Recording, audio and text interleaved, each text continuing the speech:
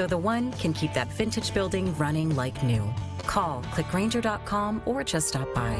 Grainger, for the ones who get it done. I'm Naheem Hines. I support the Muscular Dystrophy Association because they help my mom and kids like Ethan. Thanks to the Muscular Dystrophy Association and people like you, I have more hope than ever before. Join us and learn more at mda.org today. Some people just know they could save hundreds on car insurance by checking Allstate first. Like you know to check the GPS directions first, before driving to the mall. Turn right at the light. In 1,000 miles, you will reach Montreal. Not Montreal, the mall. Recalculating. 6,000 miles to Nepal. No, the mall. Checking first is smart. Recalculating. So check Allstate first for a quote that could save you hundreds. You're in good hands with Allstate. Savings vary, subject to terms, conditions, and availability. Allstate Fire and Casualty Insurance Company and affiliates, Northbrook, Illinois. If you or a loved one have been a victim of crime, the North Carolina Department of Public Safety Office of Victim Compensation Services provides programs to help you find peace of mind. We're here to help you apply for benefits that you may qualify for to recover from hardships such as wages and medical expenses. To learn more, visit ncdps.gov/4victims. That's ncdps.gov/4victims. Hi, I'm Anthony Serrato, chef and owner of Strada Italiano. Our newest venture, Gemelli, honors our multi-generational family-owned restaurant legacy and Italian heritage by serving authentic regional Italian cuisine. My son, Chef Gabe Serrato, has created a menu that embraces quality ingredients, house-made fresh pastas, and everything is made fresh to order. We want everyone to enjoy Italian food the way our family does, so we go out of our way to offer many mouth-watering, gluten-free, and vegan options as well. Now here comes legal. Gemelli.restaurant. Portions of the following program were pre-recorded. From the Ingalls studio, WPEK Fairview, WMXF Waynesville, W225CJ. I should probably re-record that. Car, and the new and improved iHeartRadio app. Free never sounded so good. Live from the Ingalls studio. I can't wait to play with myself every day. The Sportsocracy. Damn the devil to hell! Let the big dog see! Let him on the field! Come get you some of this. Fire them cannons! By golly, put more powder in those things. He couldn't take any more disappointment. Oh my God, the Jets killed him.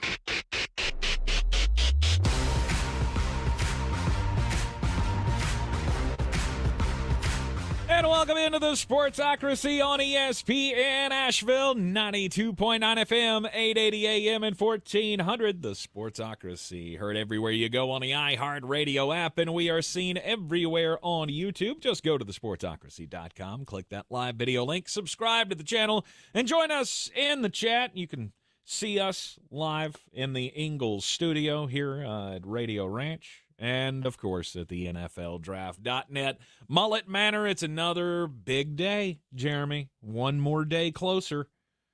I was just preparing for some trying to plan ahead a little bit, set some reminders for people on the old iHeartRadio app for next Monday. You know, wanted to set out the alert for the mock draft Monday, and then I did the counting. And then I went, Monday is 10 days away from the start of the 2025 NFL Draft.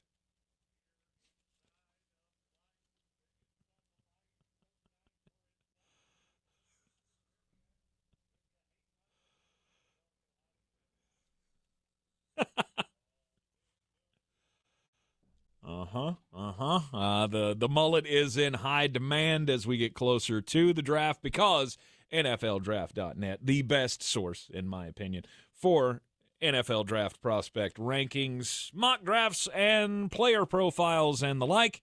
And you should make it, just make it your homepage. Do people still do that? Do you still have a homepage? I don't, but some people might. Apparently, I boo-booed my audio originally. Apologies. Yes. We were trying something to make me not sound so hollow, and it didn't work. So I have to go back through and change that. It did not take. It did not take. It's all right. It is what it is. I know I sound a little bit hollow. Apologies. We're in the process of converting a bedroom in the Mullet Cave into the ultimate office, and it is pretty sweet. I have more screens right now. I have 3 screens on my desk that were all bigger than the first television I had as a child. I'm in a wraparound desk that is immersed in NFL draft. stuff. For me, this is as good as it gets. That is not hard to do. My first television was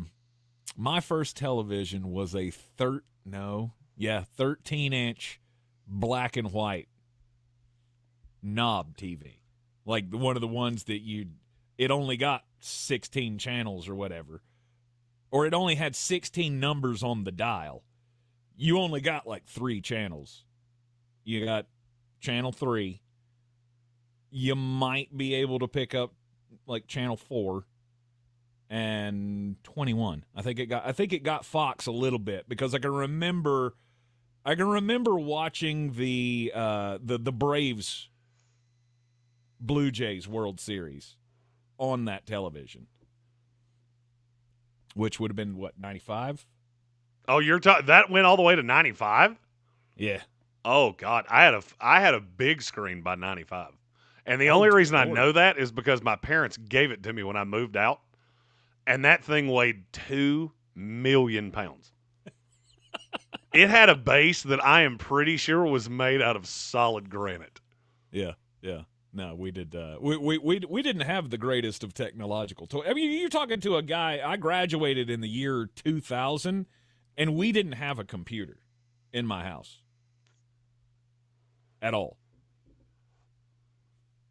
Well, I mean, now look, there is a blessing to that. Career with 0 computer. There is a blessing to that, Tank. That means you never went on LimeWire and got the little smiley face when you clicked on a video and you were in the middle of.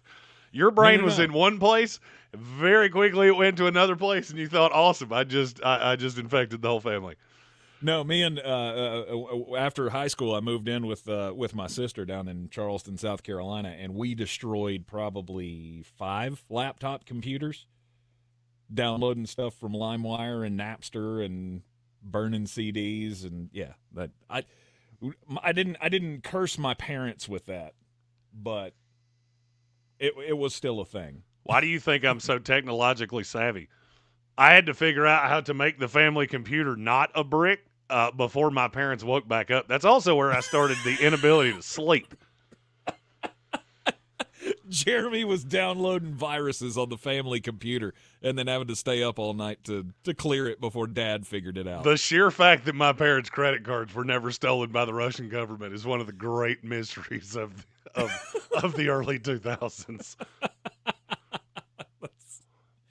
That's awesome. That's awesome. You are in the Sportsocracy. This is ESPN Asheville, starting off the day here with AFC and NFC West A-plus mock drafts. We've got some super chats that we need to get to before we get into the A-plus mock drafts, but that's what's on the table for today. We'll start with the NFC. Since we started with the AFC East yesterday, we'll start with the NFC today and then give you the AFC West teams and their A-plus mock drafts later on in the program. All right, before we get into it, let's hit our first super chat. Here comes the money. Here we go. Money talk. Here comes the money. And remember, you can super chat right along with us. Just subscribe to the YouTube channel. Go to thesportsocracy.com and click that live video link. Red Sea had the first one, and he is our resident Arizona Cardinals fan. He says he's here to keep you honest when Arizona pops up, Mr. Mullet King. I'm looking at their mock right now, and I'm going to make this as clear as I can. If he doesn't like this, I will go in my kitchen. I will put my hat in my air fryer, and I will eat it. That's how confident I am. When he sees who they get at 47, I'm going to wager our chat rate's going to go up for about 4 solid minutes.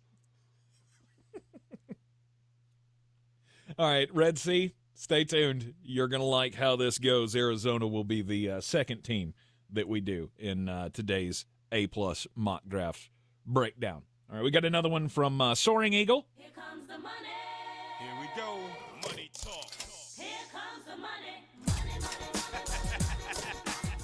And Soaring Eagle says, I believe it was Mel Kiper's mock, but he had us getting Tet McMillan at 20 and Quinshad Judkins at 51. That would be every Bronco fan's dream. You know what? If Ted McMillan's still on the board at 18, and the Seattle Seahawks don't do it, I will be screaming out the window, even with them not there, going, "You do it now! Mm-hmm. You do it right now!" Right. You do realize you only have one of those. What, receivers? If you're Seattle. Yeah. Well, no, they have several of them. They just all play in the slot. Are any of them good other than JSN? I mean, Cooper Kupp's fine. He's just 1,000 years old. Oh, yeah. I forgot about Cooper Kupp. He's old. He's 8,000 years old. Right. Hey, but if Adam Thielen can still play an integral part for an NFL team, Cooper Kupp certainly can. And can confirm that was Kuiper's annual second-round mock draft. I love Mel Kiper to death. I wish I only had to do like 4 mock drafts a year, and only one of them got into the second round. Instead, Jeremy does 8 7-round mock drafts. I'm a glutton for punishment. What can I say? Yeah, he's but a busy that's man. why you come to this channel, to learn about great people like, what's the most random name? Bryce Cabeldue. We're going to talk about him today. Okay, all right. That'll do. If you know his parents, they should tune in, because this might be the only time he's ever mentioned on a live stream around the NFL draft. No doubt about it. Here comes the money. Here we go. Money talk. Here comes the money. Money, money, money. Oh, Red Sea with another one. He said he was going to make a joke that Tank's first TV didn't have color, but he made it for me. Yeah, look, it's fact. It was just the way it was. Been a hand-me-down kid all my life, and when the new TV came into the house, the old TV went upstairs to the kids' room. Yeah, I did. I had a black and white television. It was real fun playing Super Mario Brothers on a black and white television. Made it more challenging. Here comes the money. Here we go. Money talk. Here comes the money. Money, money. And we're just making all kinds of money in the first segment of the show here. Hey, that Davis. is the official 2025 NFL Draft Beer Fund. So we appreciate you greatly. Keep it flowing. Curtis Davis says expecting great things. Bolt up for his Chargers. I think Curtis Davis will be happy. I'm not as confident that Curtis will be happy as Red Sea, but I'm also not as confident that I'll be happy as Red Sea. And I don't even mean with a draft. I mean in life. I'm married to a smoke show, and I talk about the draft for a living, and I'm more confident that Red Sea will be happy with his mock draft than that I'm going to be happy for the next 10 years. That should set an expectation. All right, the last one. Here comes the money. Here we go. Money talk. Here comes the money. Money, money. Red Sea with another one saying Kuiper's mock for Arizona was, as they say, horror awful. It wasn't good. It was Matthew Golden and Tyler Booker. That was the first thing I noticed was, I bet Red Sea read that, and I bet he said things about Mel Kiper that are not nice. If his phone was listening, he's on a list now, and he can't get on an airplane. Right. It is the Sportsocracy, and we are live today. AFC, NFC West A+ mock drafts. First one up is going to be the San Francisco 49ers. Jeremy, we had a topic come into the Twitter that we should do first, because we don't have enough time. San Francisco's got 8 million picks, so right, I can't get through that in 4 minutes. Yep. It was from our buddy Vic Shelton, who is a coach in Tennessee, and he was asking about the value of high-end second-round picks, fourth-round picks that teams are allowed, that basically you have the break, because you have the first round on day 1. You have 2 and 3 on day 2. So these teams go back into the war room, and they have a night to really reset the decks of the things that have happened. And I thought it was a really good point from Vic, that we always talk about how valuable that end of the first round is, because you're trying to get that fifth-year option. If you've got a quarterback and you're going to sit him behind an older guy, by the way, check the check the current board on Jackson Dart. It'll tell you that Jackson Dart's going higher than we think. If you go to the old DraftKings Sportsbook right now, his betting line is 24.5, which is a little strange because the Rams pick at 26. Mm-hmm. Always look to the betting lines. They're not always accurate, but they'll always tell you what's going on behind closed doors. But we always talk about that end of the first round. What we don't talk about is those first handful of picks that are on day 2 and on day 3, because guys look at their board. And then where I don't think enough people really talk about this, these guys, if they go home at all, it's not for long. So this is like the scouts. This is their Christmas. We call it Draftmas. Yeah. This is Scout Christmas. They start campaigning for their guys. I remember the Jets specifically had one of those picks a few years ago. That was the one they took Breece Hall with. And I have it on good authority that there was a scout in that building that basically became the most annoying person on the planet Earth trying to get Joe Douglas on board with taking Breece Hall, and it worked. Now, a lot of times those picks get traded because you have teams they have, as opposed to having 10 minutes on a clock to determine what I'm going to offer. Now I've got a whole day to talk back and forth with other GMs. What is it going to cost? What can we do down the board? Where, okay, so now I've got to move up from 45 to 33, but I have to give up 86 to do it. Okay, 86 is where I was planning on taking a guard, per se. Is there a guard down the line? And so I can go to my team and say, is there a guard that we weren't really talking about because we were planning on taking Donovan Jackson at 86? Well, now we don't have 86. So who is the guard that now we're going to put on the board as our A+? That's one of the reasons that I do A+ mock drafts the way I do. It's because I've been told by NFL teams, we do this same thing.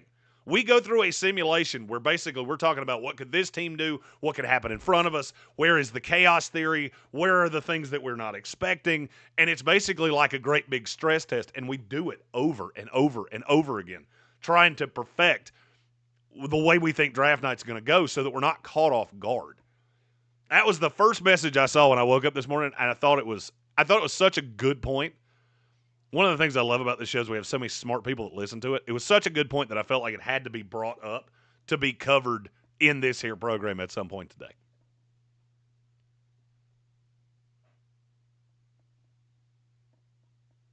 All right, sorry, I had a little malfunction with my microphone here. We can't have your microphone malfunctioning. We have too many potential malfunctions at the Manor. We need to make sure yours is hunky-dunky. Yes. My button is not buttoning, but it is buttoned now, so we are all good. All right. As we said, A+ mock drafts. We'll take a quick break, and when we get into the San Francisco 49ers next, as we were preparing for this, it kind of was a stark reminder of how far the former NFC champs have fallen in just a very, very short time. How could they get back on the right track? Jeremy Green will tell us next. I think one of the things that patients don't realize All right, we're clear. when they get a joint replacement, that's not a lifetime treatment option. And they're probably, if they are a younger patient, signing up for multiple surgeries down the road. As a physician and medical director for QC Kinetics, Dr. Caravelli's seen a pattern of trending joint pain. Prolonged medication, steroids, then surgery, possibly another surgery. So a lot of our patients are trying to avoid or put off surgery, and this is the treatment that can help them. We have two more that. super chats when we come back. QC Kinetics extracts your body's healing substances, concentrates your aching joints to help heal and restore those areas, providing lasting relief. Oh, I love being able to tell my patients, before we do this surgery, let's try another option. Let's see if this is right for you, because now they might not have to have surgery at all. Call today for your free consultation. Call QC Kinetics, 828-333-9517. That's 828-333-9517. 828-9517. There's a lot to be excited about in 2025. And for your Atlanta Braves, it's all about a fresh start. 1-2, he hits one well. Deep left field. Gonna head back to the wall. Boom! A two-run home run. Join us for Atlanta Braves baseball all season. Fly ball deep right field, hanging high, carrying back to the chop house. Look out! The mountain's home for the Braves. Asheville's #1 sports station, ESPN Asheville. Roger Caron was 16 when first convicted. Has spent 24 of those years in jail. 12 years in solitary. Broke out of jail more than any other prisoner in Canada. The Go Boy podcast is the gritty true crime story of daring prison escapes, risky bank robberies, and swift police arrests. And the man who fought his way out of some of the darkest places imaginable to go from an ex-con to a best-selling author almost overnight. Open your free iHeartRadio app, search Go Boy, and start listening today. Mountain Graphics and Showtime Sports have teamed All right, so up when we come under back, a we'll new hit the local super owner chats to serve and our then give me like a community with the bump so I can hit finest the custom record apparel and button unique for branded San items at Francisco. the best price. Okay.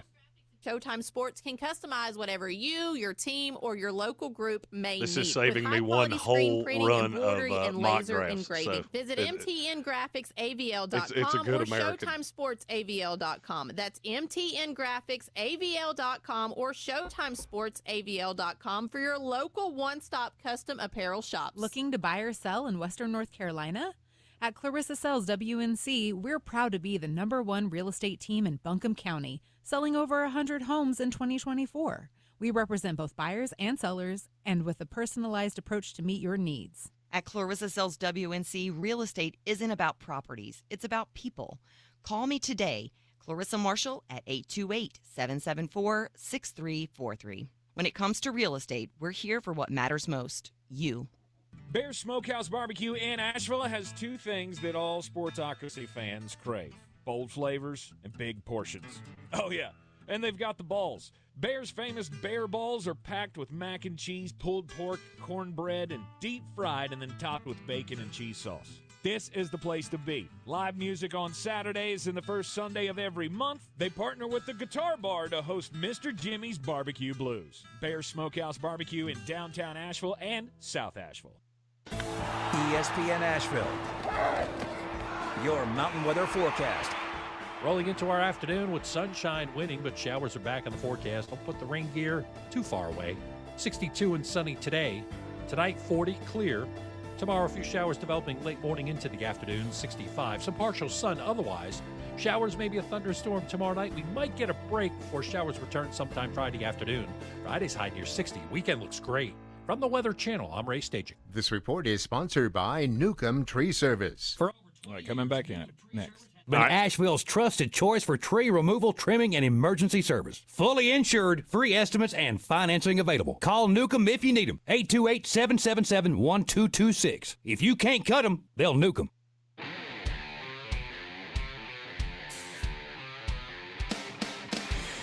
The Sportsocracy. That is some good, clean family fun there, eh, Cot?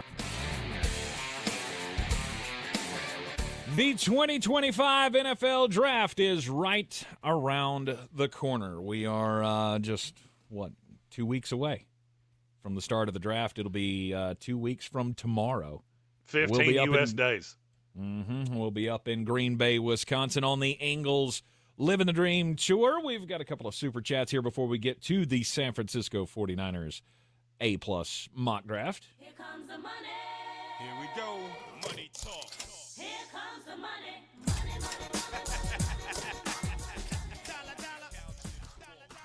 All right, Jeremy, the first one, I guess it comes from Generations, and all it is like dumbbells.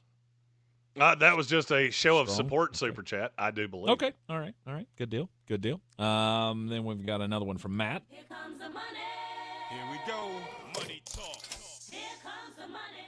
He says, I got a weird feeling about the Browns. I think they're going to go quarterback with either a trade up or a trade out. I don't think they're going Abdul Carter. Well, the world currently thinks you're going Travis Hunter, which I don't believe. I've never believed, and I still don't believe.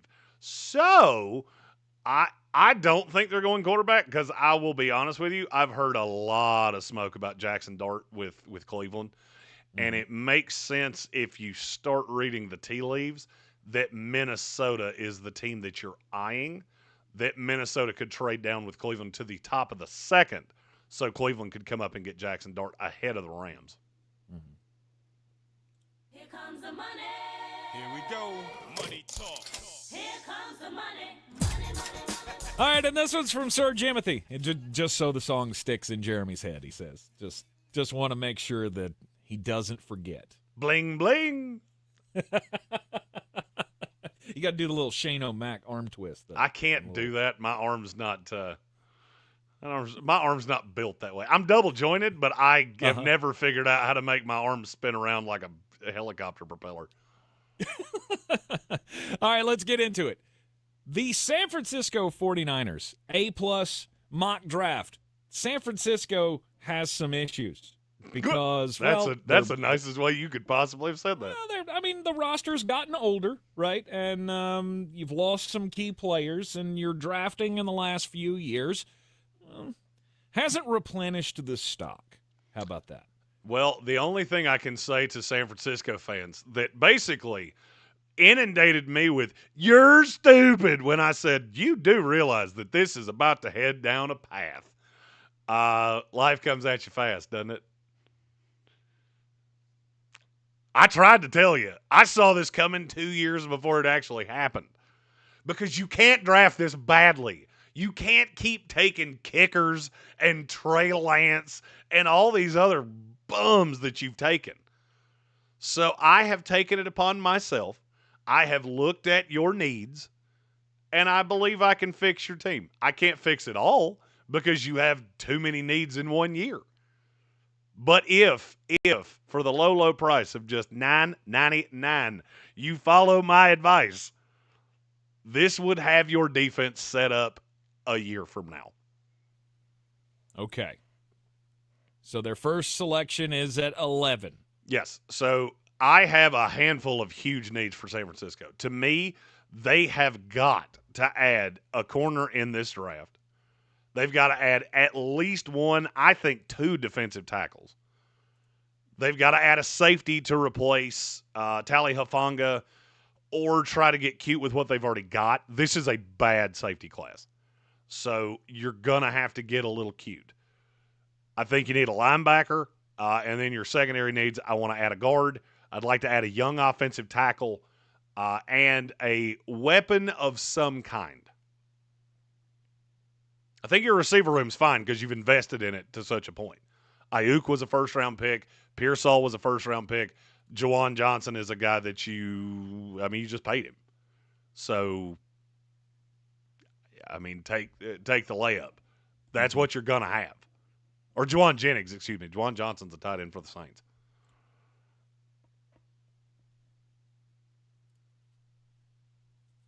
All right. And what's the pick? At number 11, I have to make a decision with – I'm looking at who they've had in the building. And there's a good number of guys that probably go in the first round. They've had Kelvin Banks in for a top 30 visit. They had Walter Nolan in for a top 30 visit. They've had a handful of other – Mykel Williams. The one that makes the most sense to me is corner gets bad in a hurry. Mm-hmm. So I'm going to lean towards Will Johnson here at number 11. Will Johnson's a perfect fit for what Robert Saleh does defensively. He's long, really good in zone. I think when he's not hurt, he's a really good tackler. There's not a ton of miss in Will Johnson, and I need a guy that there's not a ton of miss in. I considered Walter Nolan for probably longer than I should have. But when I can add to me, Will Johnson could be Sauce Gardner light in that Robert Saleh defense. Because he's so good as a read and react off-zone corner. Now, last year was not great. He was hurt. If you want to hold that against him, more power to you. Let me take him, and you will regret that you didn't for a long, long time.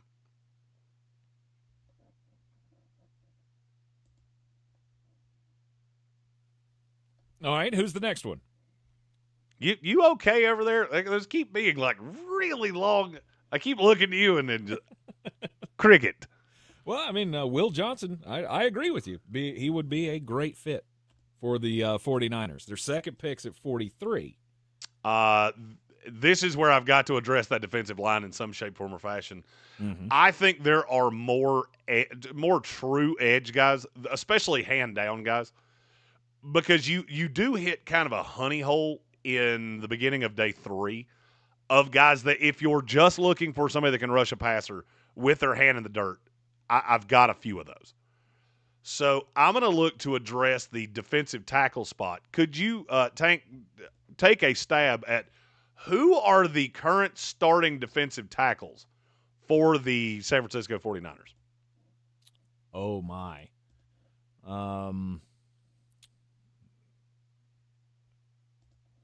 I don't know. I have no idea.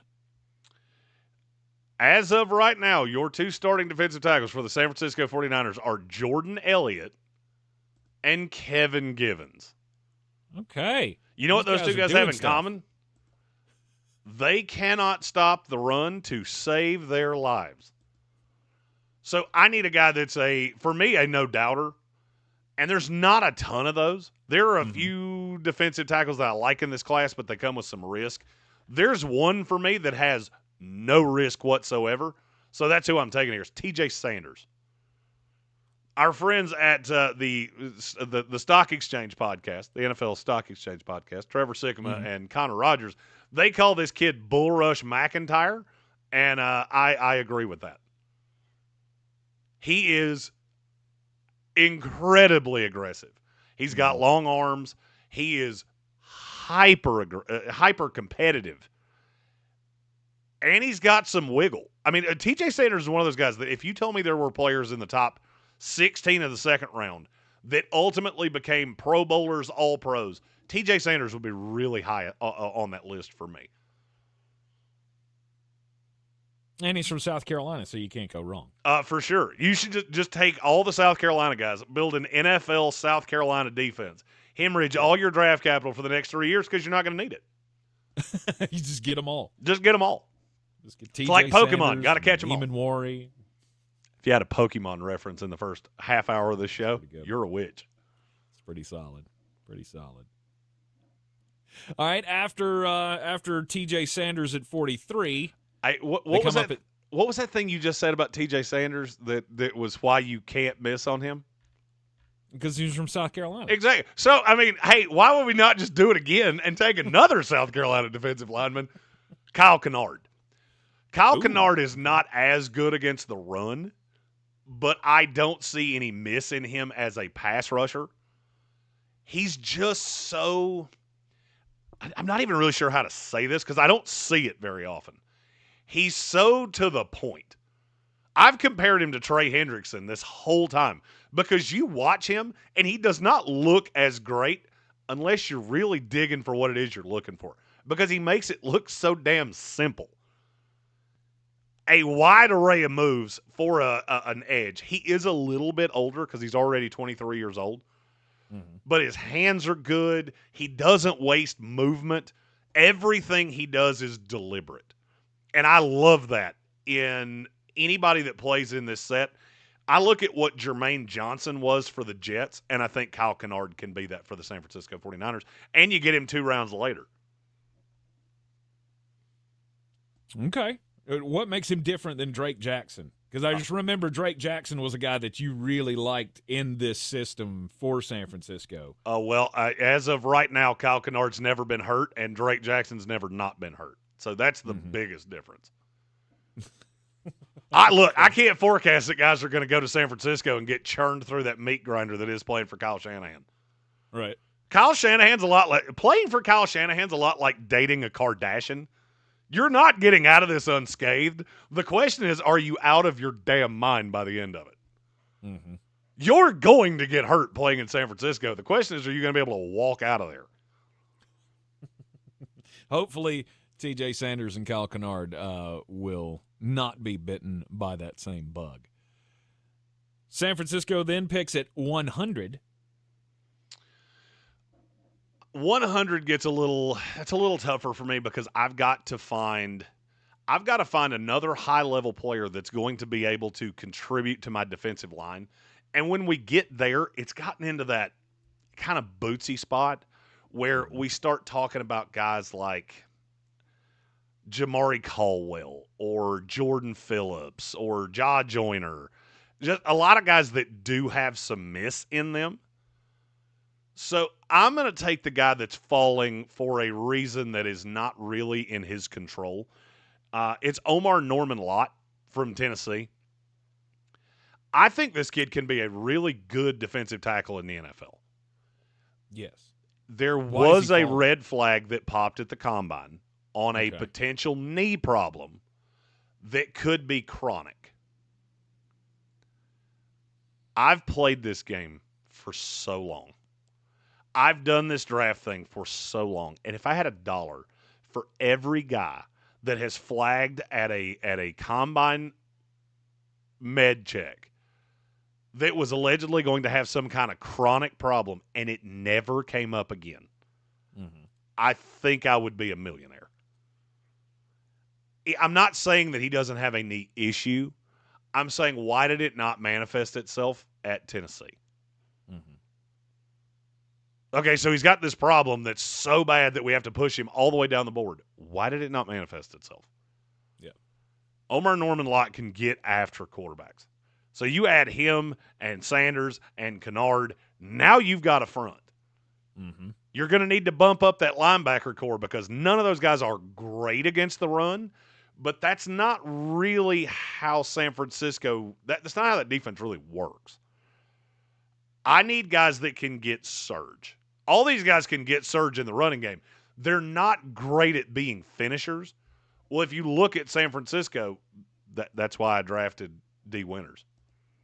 I have Fred Warner back behind this. I'm going to add a Sam here in just a minute that I don't know that I've ever seen a player that fits one team as well as this kid does the San Francisco 49ers.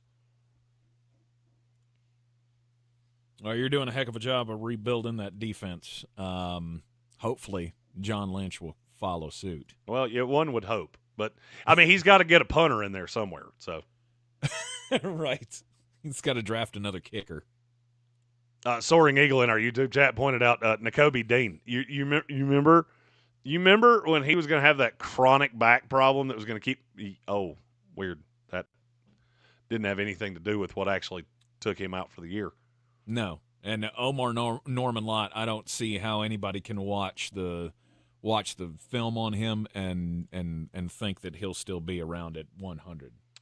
There are a lot of teams that have pushed him down. Medical red flags. It is an instantaneous drop him one round. Yep.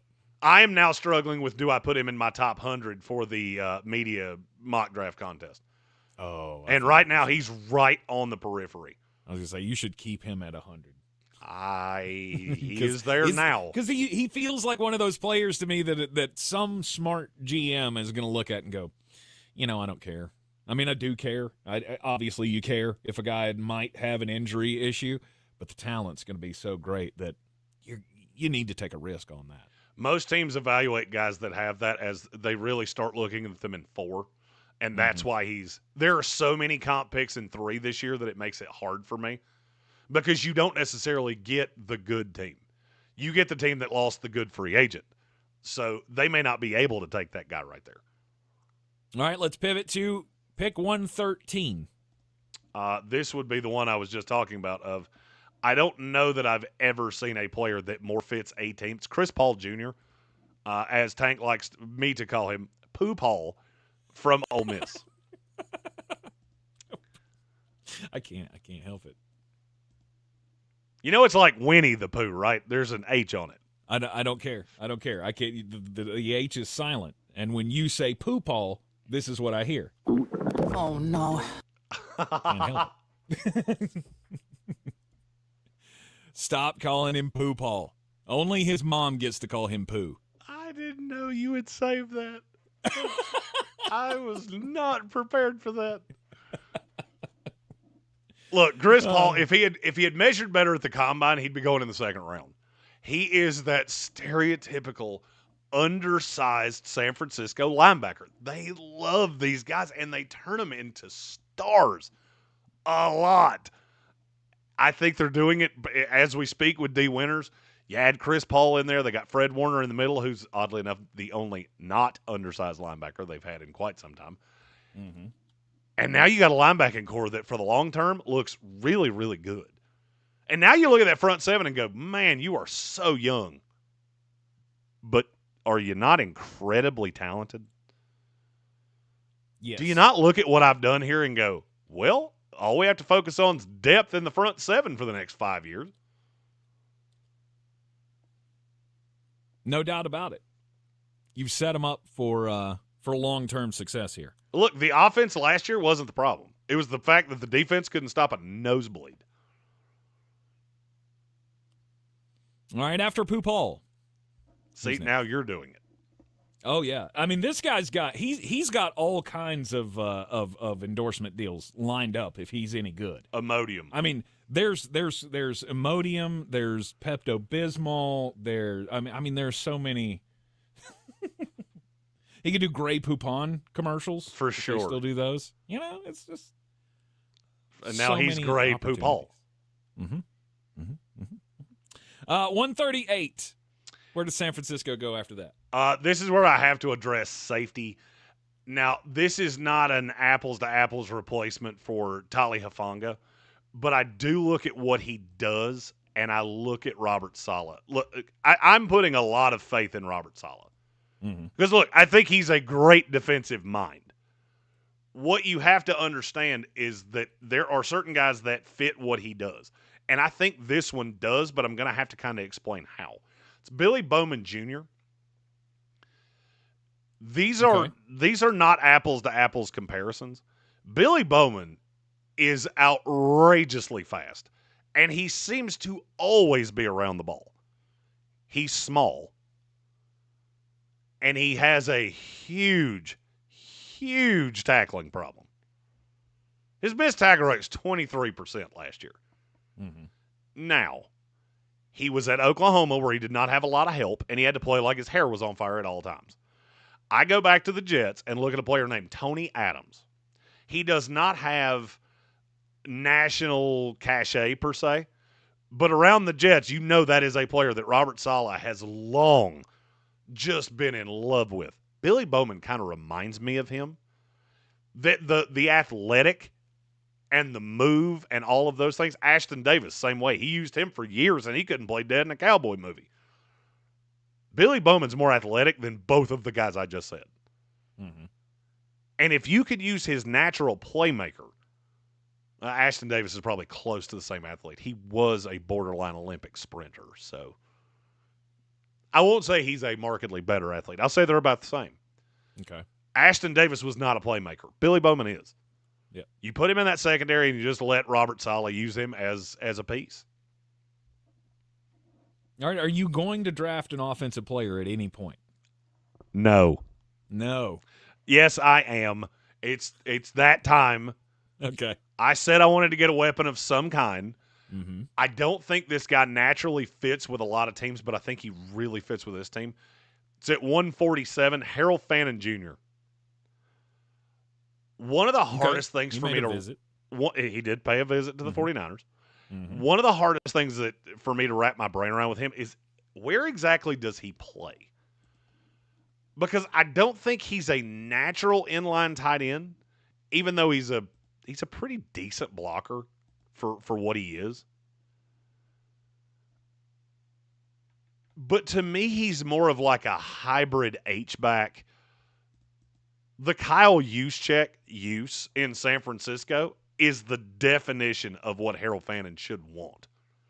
Because he is kind of Kyle Juszczyk-y. He's not as good of a blocker, but I think he can be used in that way, and he's a way better receiver. How many tight ends in America forced more missed tackles last year than Harold Fannin Jr.? I'll guess 0. It would be 0. How many receivers in college football had more receiving yards last year than Harold Fannin Jr.? 0. That would also be 0. He's hyper-productive. Some of his best games came up against the best competition. Two of his highest-rated games were against Penn State and Texas A&M. Well, that's good since he went to Bowling Green, because you know that was coming. Fact. Yeah, he did all these things, but he did it at Bowling Green. He did, and he didn't show out to me at the Senior Bowl. He was not I thought he was going to be way more athletic than what I saw at the Combine. He's felt rigid to me throughout this whole thing. So I think he needs to get into a system that will use all of the things he does. In year one, he's a number 2 in line behind George Kittle. In year 2, he probably replaces Kyle Juszczyk and becomes a move H-back. That is a new layer of this offense. Because Juszczyk does a lot of things, I think Harold Fanning can actually do more. All right, we need to wrap up the San Francisco 49ers here. We got 4 picks left. Who do you add to the haul? At 160, I'm going Connor Colby. That's a guard that I'm not in love with, but I love him in this offensive scheme. He's a zone guy to me. He played at Iowa. He's really big. 6'6", 310, had really good tape last year, but it felt like he was just part of the Iowa offense. And we know San Francisco has done a pretty good job scouting Iowa over the years. So that feels like one that could be right up their alley. All right, and in the 200s? The 200s, I take Caleb Etienne. He's a developmental tackle. He's another one that I think kind of fits into that zone blocking scheme. Does he really have high-end upside, or does he have high-end upside if you play him in this system? That's one of the funny things that happens with these zone-based teams is that you can take guys that are not necessarily loved across the industry. You can put them here and possibly get more out of them. Etienne's out of BYU. He is my last draftable offensive tackle on my board. Okay. And at 249? Miles Frazier out of LSU.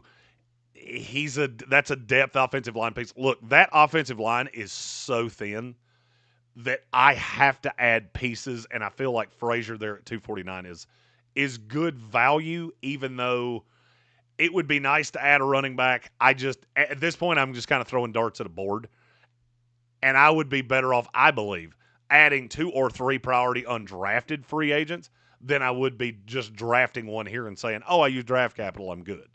Right. There are going to be good undrafted free agent running backs in this class. Yeah. And then 3 picks later at 252 for the final pick. This is a player who anytime I see a guy that has been brought in for a visit with a team that I have, it's not that I've never heard of him. I just know definitively I've never said his name on this show. It's Justin Jacobs. Have I said that one yet? No, I haven't heard that one. Justin? Linebacker from Oregon. He's another one that a lot of teams won't even have on the board, but he would be a nice fit in San Francisco. And they didn't have him in for a visit. They were there at the pro day, and they were really locked in on Jacobs as he was working out.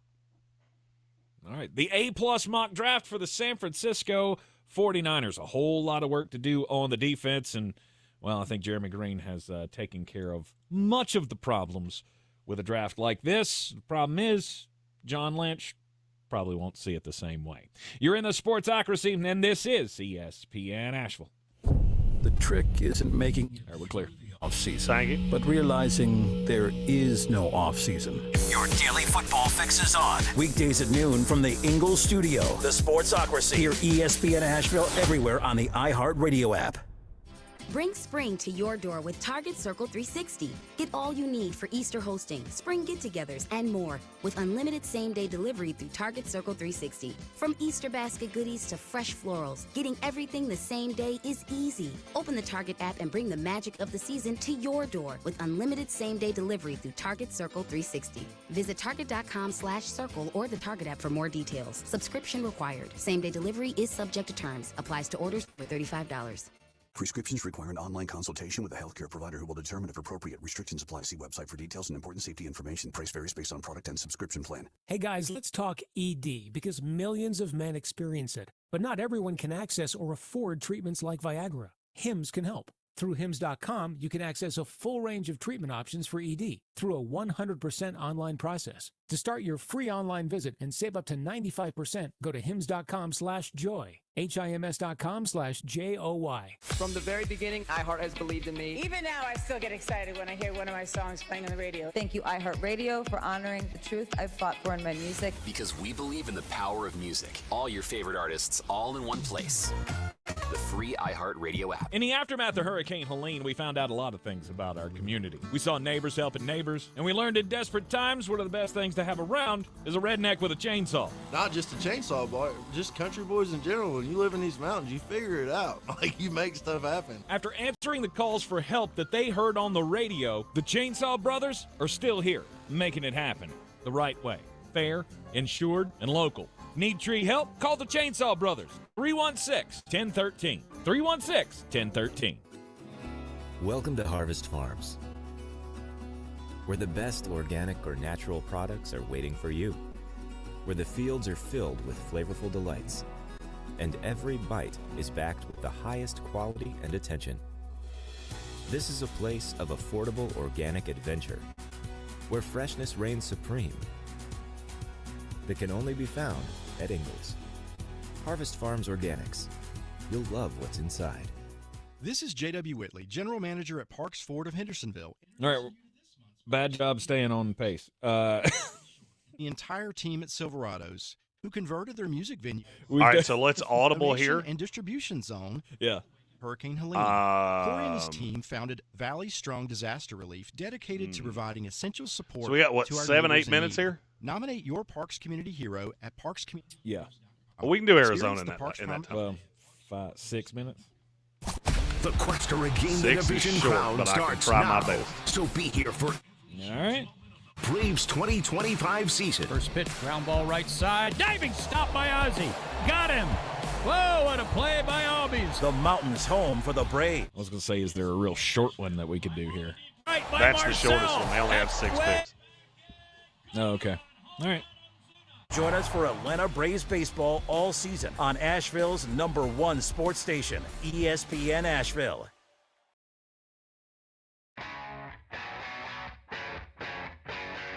The Sportsocracy. That is some good, clean family fun there, eh, Cot? We are back at the Sportsocracy on ESPN Asheville. NFL Draftmas season continues here. A-plus mock drafts. Next up in the NFC West, picking at number 16 overall in the first round, the Arizona Cardinals.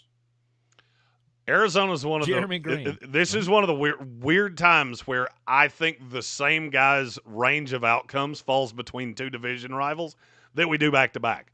Biggest needs for Arizona coming into this, I think they need a corner. I want to add a guard. I still want to add to the defensive line. I'd like to have an outside edge rusher, a 5-tech, a developmental nose, and then the offense I think is really good. But I still want to add some pieces to that as well. All right, so where do you go at 16? I think Will Johnson's range of outcomes starts at San Francisco and ends at Arizona. So to me, an A-plus mock starts with Will Johnson at 16. Now I've got all of the pieces in the secondary that I need. You add that to what I added with Josh Sweat. I've got a pass rusher there. I'm going to look to add another pass rusher in really short order. But Will Johnson comes in right away, starts on the outside of that defense. I've already seen him work with – I've seen Jonathan Gannon work with a guy that's, to me, very similar to Will Johnson in terms of how they play in Darius Slay. And I think he can get the most out of him. Now I'm looking at that secondary with Budda Baker in the back half. I think Sean Murphy-Bunting would probably be the other one on the outside, and I've got Garrett Williams in the slot, who I really like. Now I feel like my secondary is pretty locked in. Mm-hmm. All right, Will Johnson at 16, and then where's the edge rusher? Because you know that's what Red Sea's waiting on. For sure, and this is where I knew. So I asked 8 9, somewhere in there, draft friends of mine. What is the lowest spot this guy could possibly go? And the answer I kept getting was in the second round of the Arizona Cardinals. So it's A+ mock draft. This is the best he could possibly land. At 47, it's James Pierce Jr. Ooh, good value. It'd be outrageous value. And now you put him on the opposite side of Sweat. I think now Zaven Collins becomes more of a rotational piece, more of a move piece. I can probably play him on the inside some. I mean, he did it last year. He's done it over the course of his career. Zaven Collins is just a really hard – he's a hard eval. But he's really good against the run. This would allow you to kind of use James Pierce as a situational pass rush to begin with. Red Sea said, I have no idea how that would possibly happen. Neither do I. Nope. But when enough of your friends in the industry say he can fall that far, I'm going to listen. Yep. Yeah. All right. Somebody's apparently hearing something that crazy. I'm not hearing. So Right. we're off to a good start with Will Johnson and JPJ. I was going to say their investigators are better than ours, so For sure. maybe they're finding stuff out about James Pierce Jr. But that's another one where the talent definitely dictates he go way earlier than 47. No doubt. 78. So this was a tackle until it wasn't. I just got a report that Jonah Williams is fine. He is expected to be ready for training camp, and that shielded me to a guard. The new offensive line coach of the Arizona Cardinals is the former offensive line coach of the Ohio State Buckeyes. I think this is where I go Donovan Jackson. I do not like him as much as everybody else does, but he is very malleable in that he can play guard, he can play tackle. The ceiling's not crazy high, but I don't necessarily need it to be. If I've got Froholt at center that I feel really comfortable with, I got Paris Johnson Jr., who also the med apparently is checking out, and he'll be ready for training camp. I feel pretty good. I feel pretty good about what I got with that line. Mm-hmm. And so I need a piece that holds it all together, and that's what I get with Donovan Jackson there out of Ohio State. Well, you've been 3 picks in the top 80 so far, and all 3 of these guys I have seen in first-round mock drafts. Well, so, anybody that has Donovan Jackson in the first round, you should read no further than that. So that should be the end of that. There's several of them that have him in like the 20s. 115. 115 kind of went under the radar, but they just signed Calais Campbell, reuniting him in Arizona. He plays as that 5-tech. He'll be a defensive tackle in 4-man fronts. I love the idea of Calais Campbell to tutor the guy that I'm getting ready to say here. It's Aeneas Peebles out of Virginia Tech. Started at Duke. I think he can be a high-level pass rusher. Calais Campbell, to me, is the perfect mentor for him to kind of round some of the rough edges off with him. Mm-hmm. I think he's a stud. There are some – I'm not going to say buts. There are some – he's short. He's a little thin.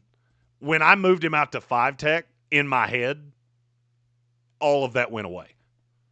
And so I take somebody in Calais Campbell that – Calais Campbell is freakishly tall for a 5-tech, and he was able to somehow have enough bend to not get leveraged. Aeneas Peebles needs the exact opposite. He needs the height to not be what holds him back, and so I would love putting him behind Calais Campbell for a year and ultimately be the replacement when Calais moves on.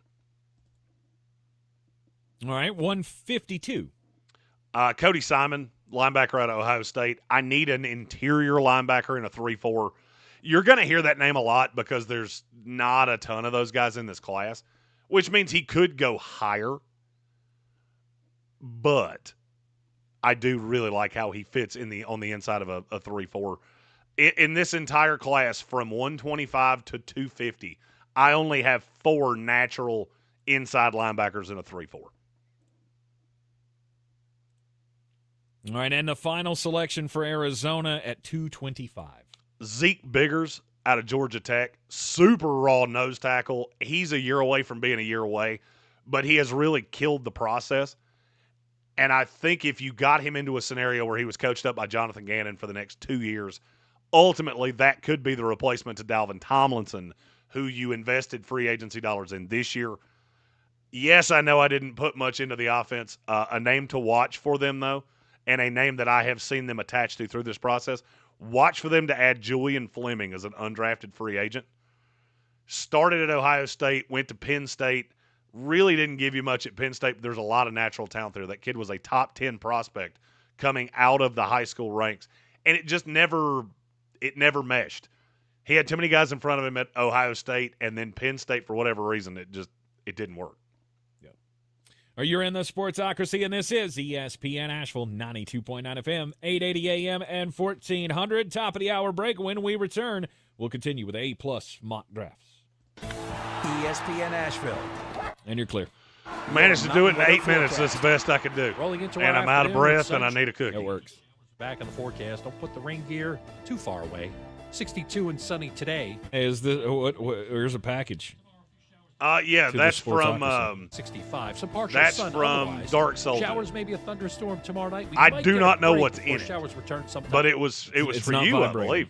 The weekend looks great. From the Weather Channel, I'm Ray Staging. This report is sponsored by Progressive The Cardinal Insurance. fans love Progressive it, makes and bundling easy the and non-Cardinal affordable. fans Get a are telling me I'm multi-policy crazy. discount I'm not by crazy. combining your motorcycle, RV, boat, ATV, and more. All You're your up on the protection screen in just one so you know, place. so they can Bundle see and you save opening at this. Progressive.com. That's Progressive.com.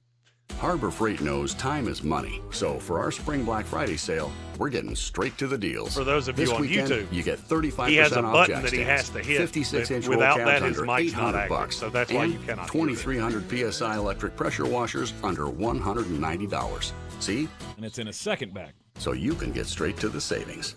Whatever you do it for less at Harbor Freight. Valid until April 13th, 2025 while supplies last. Limitations apply.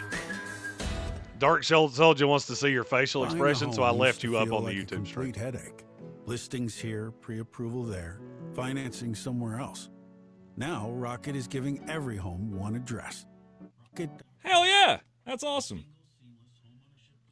Super Bowl champions Panini cards. Oh, that's Thank pretty you, sweet. man. That's awesome.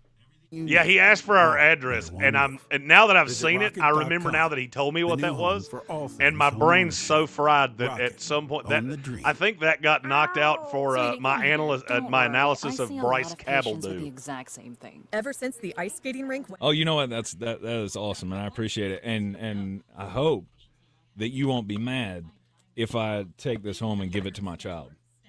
I need indeed. It was Joseph's birthday yesterday. And he's just now getting into cards and stuff. And as a Bucks fan, he would really appreciate this. It was a very what's better than a limited time deal? Dark Soldier said he won it. Like the Wendy's Not at all. $5 It's Biggie yours Bag to with do a with what JDC. you would like. Nice. Thank you, man. That is awesome. Very cool of Never Dark frozen Soldier to beef, send a Bacon gift. all the time. No doubt. Deal? I always get excited at gift time when people Do send us better, things. be better every day. That's the Parks Promise. Our mission, to improve lives with every interaction. This is JW, General Manager at Parks Ford Hendersonville. Experience the Parks Promise today at parksfordhendersonville.com. That's parksfordhendersonville.com.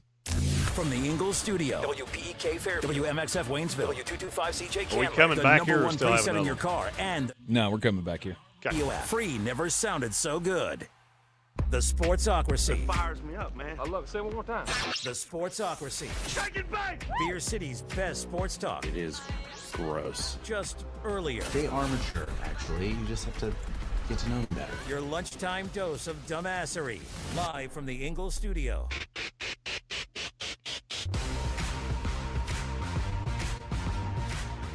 We are back in the Sportsocracy on ESPN Asheville, 92.9 FM, 880 AM, 1400. The Sportsocracy heard everywhere you go on the iHeartRadio app, and we are seen everywhere on YouTube. Just go to thesportsocracy.com, click that live video link, subscribe to the channel, and join us in the chat. It is another A-plus mock draft day.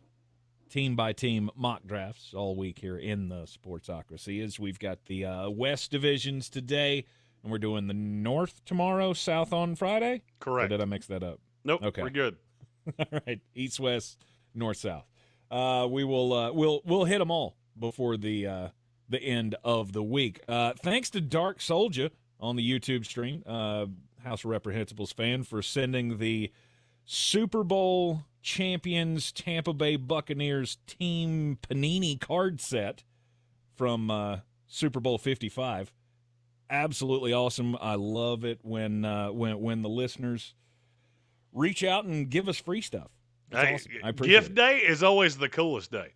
We actually left that up on YouTube so you could see your facial expression when you opened that. It is so cool when people send us stuff. I remember our buddy, what did we call it? What was Clay's first name? Clay. Clay that used to be our producer. Seaver.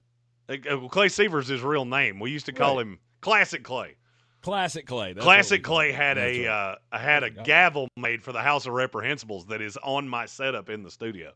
And Tank, you will know when I'm never coming back because that shelf will randomly disappear in the middle of the night, and you could just go, "Oh, so we're doing it this way forever now." Oh, I guess.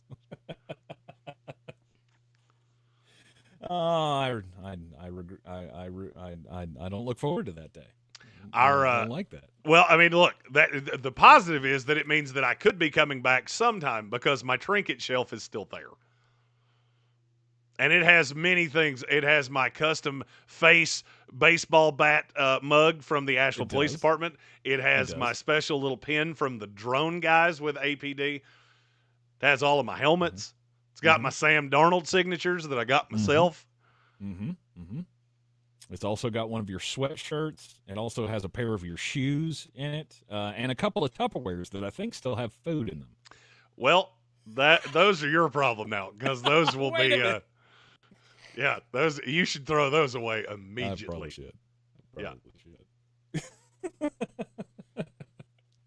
All right, we appreciate everybody for their patronage of the Sportsocracy, and again, thanks to Dark Soldier for the wonderful gift. Always lovely when people see like Tampa Bay stuff out there and send it to me. Like I remember Binky came up here one day, our good friend Binky Engel, who's been listening to the program since it started, back on WWNC on the weekends. He found a Tampa Bay championship football from 2003 at Goodwill and just brought it up here one day. It's cool that we that we're all friends like that, and we greatly appreciate all of the support from the House of Reprehensibles and everybody listening on the terrestrial and across the world on the iHeart Radio app. A+ mock draft time, Jeremy. We're working our way through the NFC West, and the Seattle Seahawks are next up in the NFC West draft order here, picking at 18 overall in the first round. This is a team that has many picks to be able to get back at the top of this division. For sure. Or stay toward the top of the division. They do, and they don't have I wouldn't consider them to have a ton of needs. It's more just rounding things off, and I mean, they have one huge need, which is they need an offensive lineman badly. Mm-hmm. They've got to come out of the first 2 days of this with a guard. It would really be nice if that guard could also play tackle in case injuries keep creeping up. I really would like to add a tight end. I want to add an X or a Z receiver. Good Lord, can you give me somebody that plays on the outside? Mm-hmm. I think Cooper and JSN can alternate in the slot because they both can play outside. They just shouldn't make a steady diet of it. I would say it's more 60-40, JSN playing on the outside, Cooper playing in the slot, and then you get that other 40% with Cooper or potentially another receiver that I'm going to try to add here. I would also like to add a corner, another edge rusher, some offensive line depth, and another defensive tackle, specifically one that can play the nose of their current defense. Murphy last year was their first-round pick out of Texas. He was good, not great, and some of what I saw makes me think he may be better playing 5-tech than playing as a true nose. He was always going to be an undersized one. But even with Leonard Williams last year, he was inconsistent. I'm curious to see how he goes this year. I would just like to have another option to push him out to the 5-tech and slide somebody in as the nose. Well, since the tackle the offensive tackle market is so thin, that's got to be the target with the first pick at 18. It is, and Seattle does not tend to take guys on the inside of the line this early. They did take Charles Cross as a tackle, and I'm not sure that they won't view Kelvin Banks Jr., which is my pick here at 18, as a tackle long-term. Abram Lucas has been good on the outside. The problem is he's hurt all the time.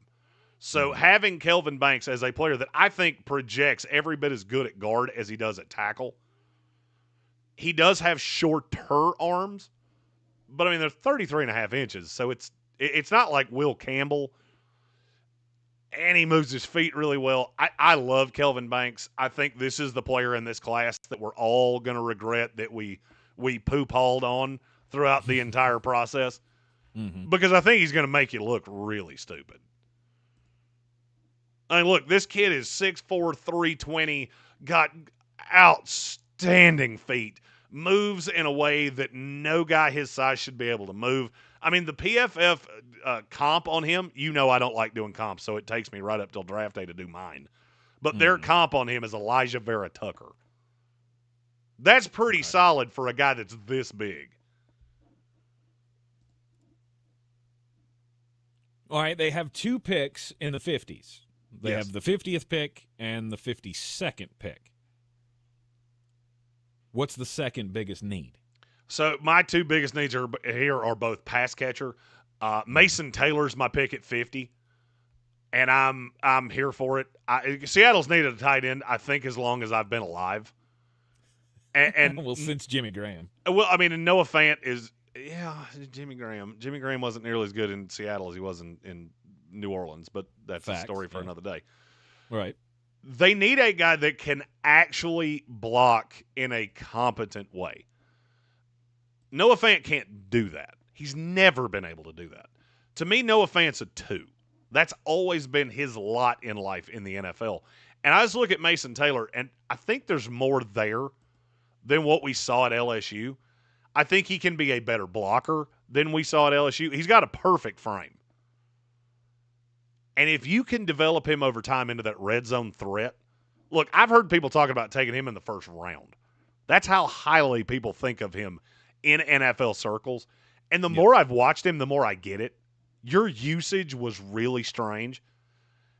And maybe it's just that Brian Kelly never took to him the way he's taken to tight ends in the past. All right, at number 52. Trey Harris, wide receiver out of Ole Miss. This kid is, in terms of the deep threat playing on the outside, he's everything you want. Now, you ask the question, well, why will we be able to get him at 52? Because he didn't test as well, and so you don't necessarily see the straight line speed.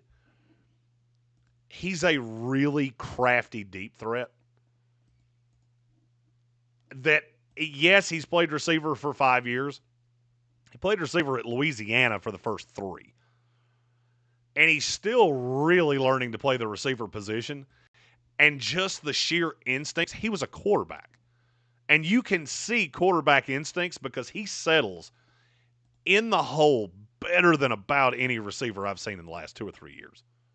So for me, that makes up for 4.54 speed. He's 6'2" and some change. Got a really, I think, a nice athletic build. He's one of my favorite players in this class. And to have him as that X that now allows you to use Cooper Kupp, having him allows that Cooper Kupp role to diminish, and you can get more out of each rep as opposed to just having to have him out there for 50, 60, 70 snaps a game. They go from having 50 and 52 to a couple more picks that are bunched together at 82 and 92. Who's your first selection at 82 for Seattle? So I feel like they need another outside corner. I like Reek Woolen. Obviously, I like Devin Witherspoon in natural sets. In a base set, Witherspoon can play on the outside. Reek Woolen can play on the outside. When you get into a nickel set, now you're sliding Witherspoon on into the inside, and I don't really like anything that they have on the outside. So that made me want to find an outside corner, and I may have taken this guy a hair too early.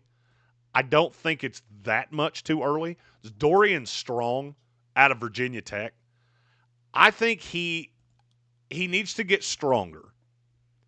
because man was not great for him last year. Now, that being said, you go back to 2 years and look at the 2023 tape, because, look, this kid's been playing high-level snaps for 3 years. He's also a former receiver that's just learning how to play the position. I think there's a lot of juice here, too, because he's incredibly good in those cover 3, deep off-read zone situations. If he gets a little bit stronger and gets a little bit more refined in the position, I think he can be a man corner. He is going to take some work, though. I'll be the first to say shame on you for not giving them another Kobe Bryant. Kobe would have been a good pick if I had waited about a round. Okay, so maybe at 92 they could pick up Kobe Bryant and have the Kobe Bryant double there in the secondary for Seattle. Kobe Bryant is more of a mid to late 4 for me than into 3. Okay, at 92, who are you taking? I love this kid, and I love the fit for Seattle because you can give him a year to develop and just use the raw athleticism that I already see in him. It's Q Robinson from Alabama. Played less than 800 snaps in college. Mm-hmm. That is the big drawback on him. But then you look at the snaps and go, kid's pass rush win rate was out of this world. Kid shows time and time again that he has all of the athletic profile to be absolutely out of this world in the NFL. And I think he's going higher than where I keep seeing him. I've seen him in the end of 4. There's no way a kid that has this kind of skill. By the way, I said he played less than 800 snaps. I should have elaborated on that. He played less than 400 total defensive snaps. His pass rush win rate was 24%. Wow. Now, what he's going to be as a run defender, I don't know. I've seen so little of it that I can't even grade it. It's one of the only players I've ever rated this high that I literally have a not applicable in run defense.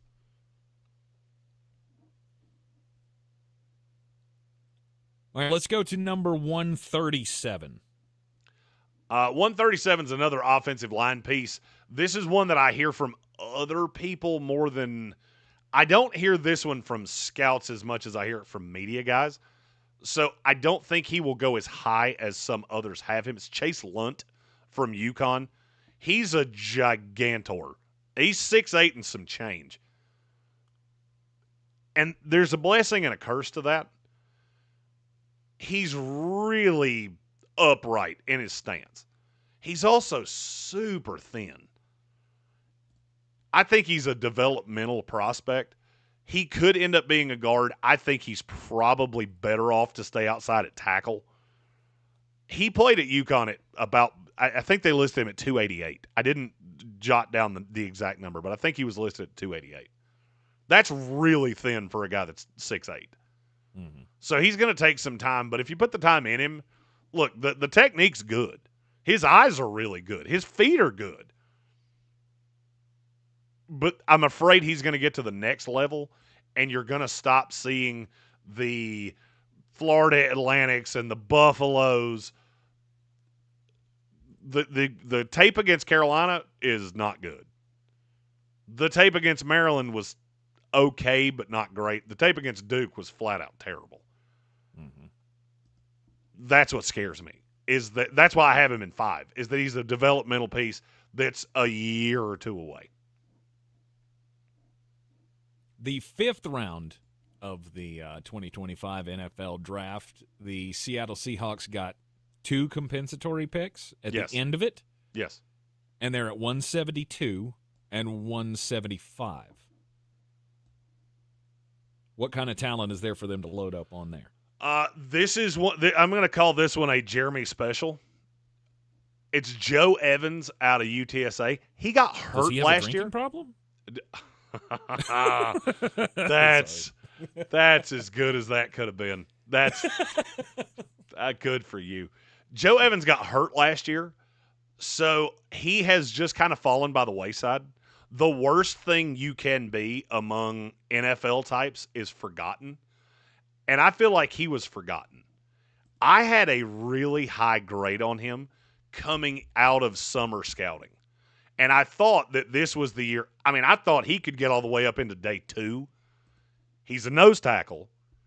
Might need a red shirt year. I'm not really sure where the medical is at with him because he's not really been around. So he's kind of an unknown. But if you look at that tape from 2023, he was one of the best defensive linemen in the country. The medical is a big deal because he couldn't play a ton of snaps. But, man, when he got into games, he was a difference maker.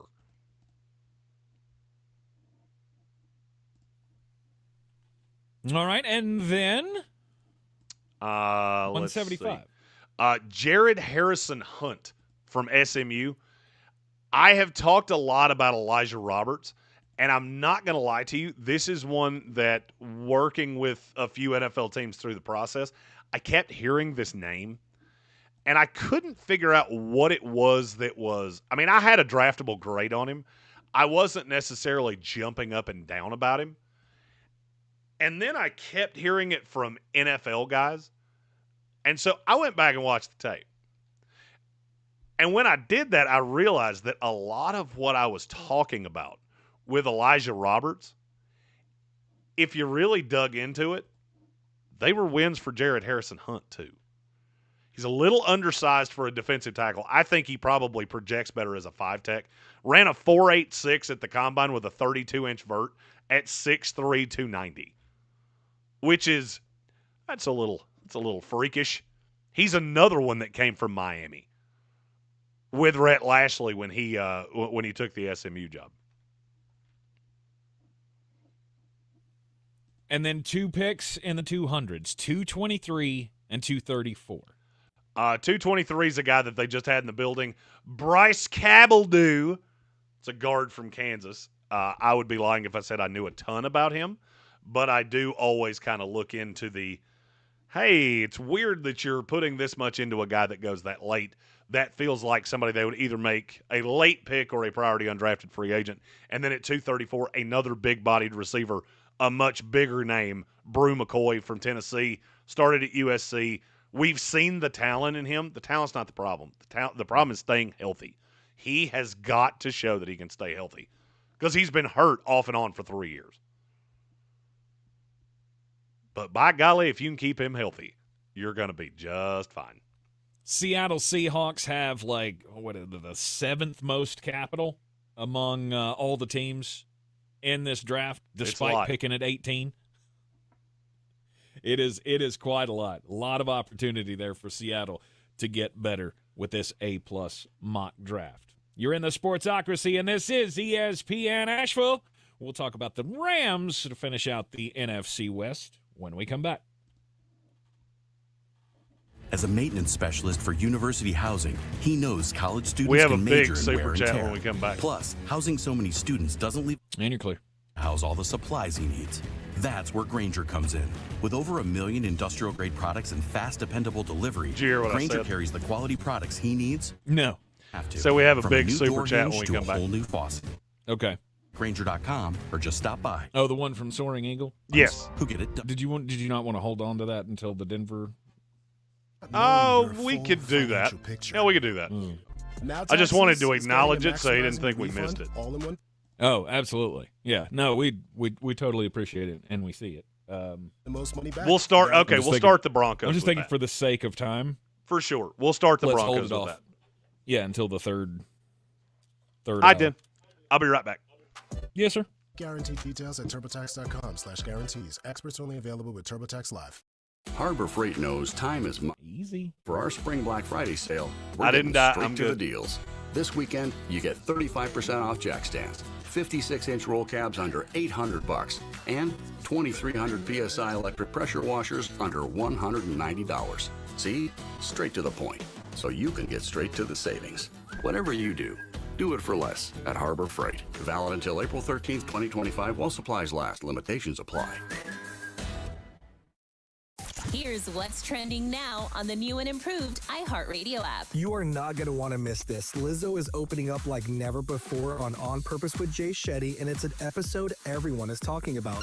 Plus, Troy and Belisario shares what life has been like after Pretty Little Liars on Post Run High, and it might surprise you. And Amanda Knox joins Bobby Cass to talk about surviving prison and life nearly 20 years after being wrongfully accused. Explore the latest. Open the free iHeartRadio app and see what's trending now. Buying or selling a home doesn't have to be stressful. Let me, Clarissa Marshall with eXp Realty, your local real estate expert, guide you every step of the way. Whether you're searching for your dream home, looking to sell quickly, or exploring investment opportunities, I've got the experience and the tools to get you the best deal possible. Call me, Clarissa Marshall with eXp Realty at 828-774-6343. Let's make your real estate dreams a reality. I'm your trusted realtor. I'm making moves and making dreams come true.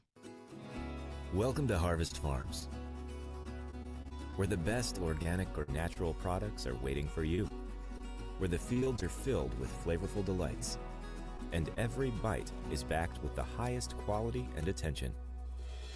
This is a place of affordable organic adventure, where freshness reigns supreme, that can only be found at Ingles.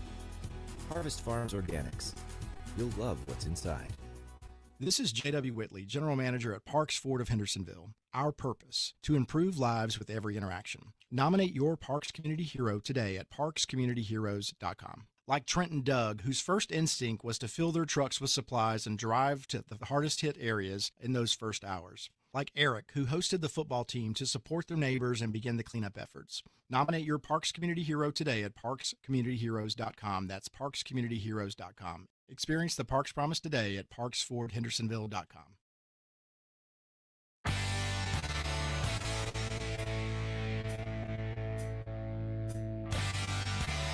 The Sportsocracy. These guys are a f***ing disgrace. We are back in the Sportsocracy. This is ESPN Asheville. We are heard everywhere on the iHeartRadio app. And A-plus mock drafts keep coming out from the NFC West at ESPN. Draft nerd Jeremy Green putting out the best mock draft rankings, or the, NFL draft prospect rankings and mock drafts and such over at NFLdraft.net.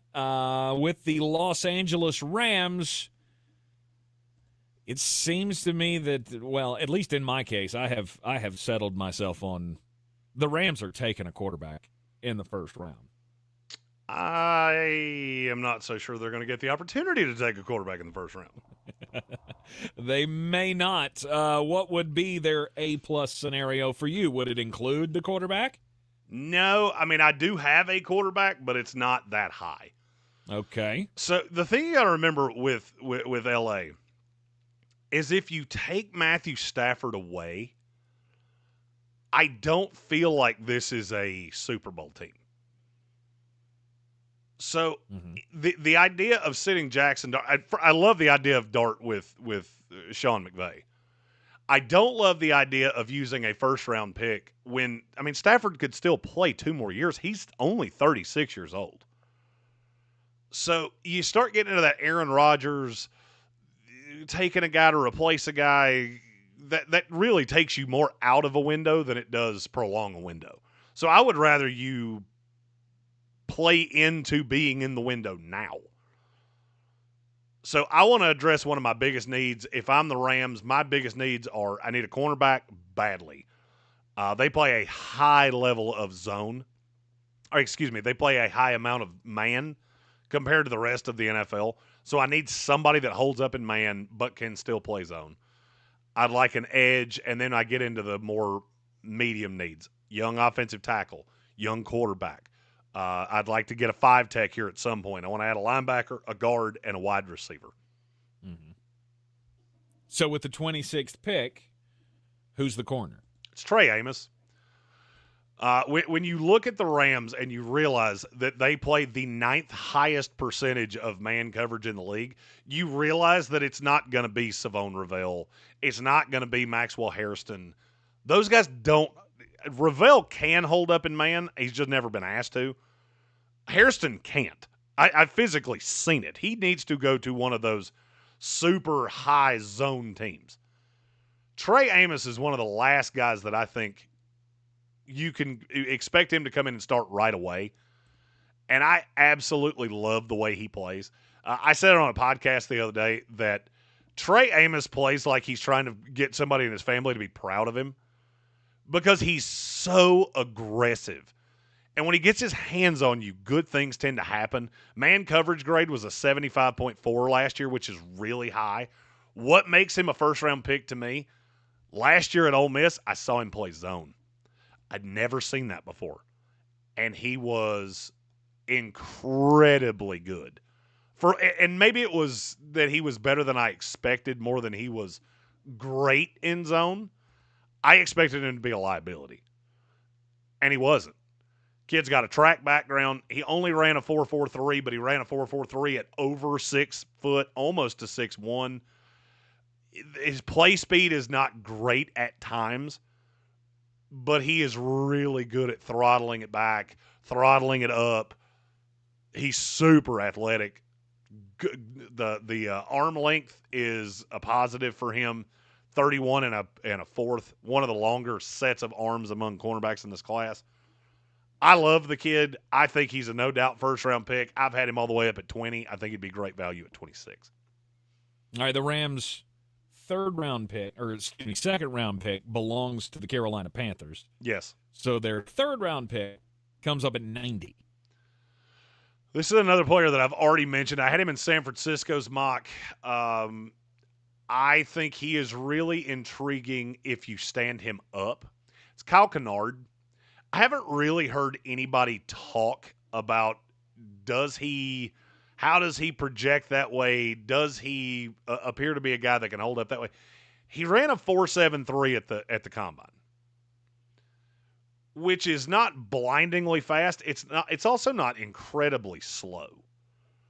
And I feel like a lot of people just looked at that and went, nope, he can never stand up ever. Well, maybe he can. Maybe he can.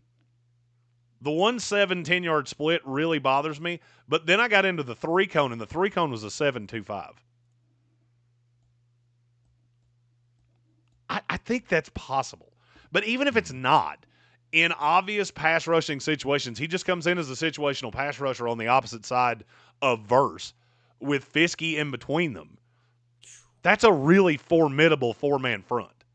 Yes, it is. And I don't care who the other one is. It doesn't really matter. I need more pass rush if I'm the Rams, and I think Kyle Kennard is a way to get it right there at 90. Not having a second-round pick really burns them. Right. But they do have another third-round pick. They do. With a compensatory pick at 101. So a chance to make up a little bit here. For sure. This is, for me, kind of a longer-term play. It's also a little bit of a protection play.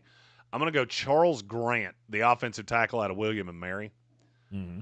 The Rams notoriously do not tell you anybody that comes in the building, and they don't do top 30 visits. So it's really hard to forecast what they're going to do. But I think a young offensive tackle is really high on the list of things that they're going to need. Because you look out on the right side, and you've got a really old right tackle in Rob Havenstein. He's 33. He's also one of the only completely gray-headed offensive linemen in the league. You got Alaric Jackson on the other side that you just invested in. I want to book in tackles for the long haul. There are also people that think he can play guard. I think he could. I just don't necessarily understand it. He's more of for that first year, you can cross-train him at everything. He's your swing for a year, and your ultimate goal is that he's the guy that replaces Rob Havenstein a couple years from now. Charles Grant out of William and Mary at 101, 127. This is where, to me, you get the arm. And look, I've talked about how much I would like Jackson Dart with Sean McVay. I would also like Quinn Ewers with Sean McVay. Quinn Ewers has got one of the better arms you will ever see. He's just so incredibly sporadic.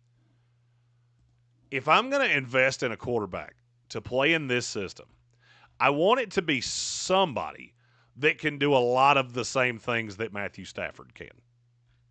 Am I crazy saying that? No. I've built this offense around Matthew Stafford. Quinn Ewers can do a lot of the same things that Matthew Stafford can. He's got a crazy live arm. Mm-hmm. He's got unbelievable arm talent.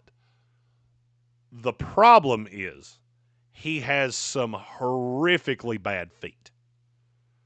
They get really happy when they're pressured. They're really inconsistent, even sometimes in a clean pocket. Is there anybody in this league right now that would be better to tutor a quarterback that already has the arm, just needs all of the stupid things, than Sean McVay? No. Exactly. I don't believe so. Gambit fan said Quinn Sewers will just never go away, apparently. I do not understand what it is about him that people hate so much as a prospect. I'll never understand it. Mm-hmm. PFF, would you like to hear the list of quarterbacks that PFF has listed ahead of Quinn Ewers?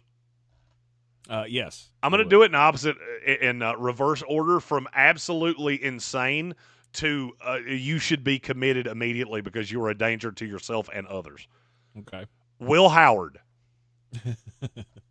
Uh-huh. Jalen Milroe. Uh-huh.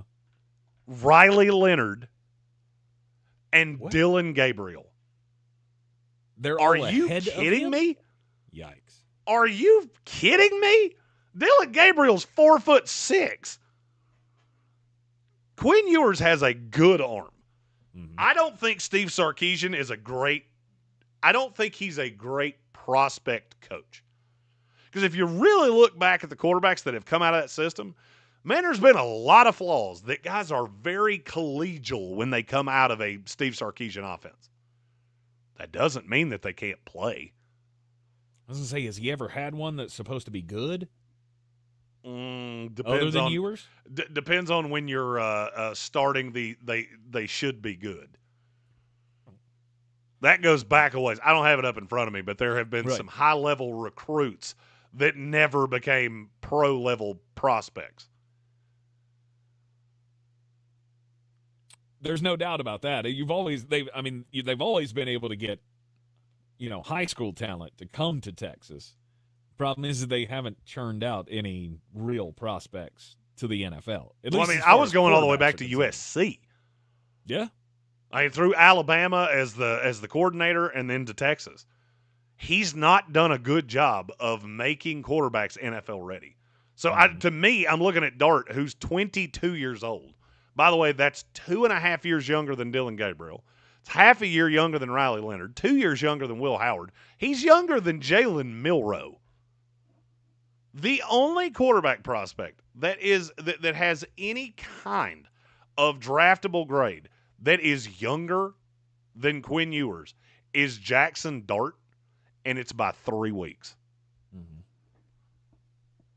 I just think people are throwing dirt on Quinn Ewers too early, and if he goes to a good quarterback coach, I think there's something there. 4 picks left for the Los Angeles Rams, and all of them come in the 6th round in a 12-pick span. 190. Where do you go there?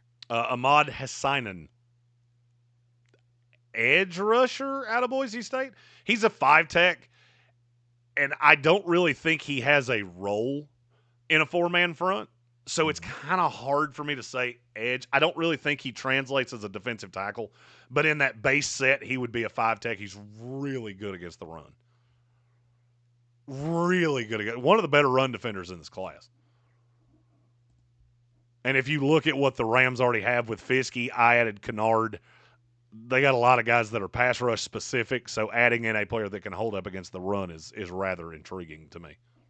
All right, at 195. I told you there were a couple linebackers that I saw on the inside of a 3-4.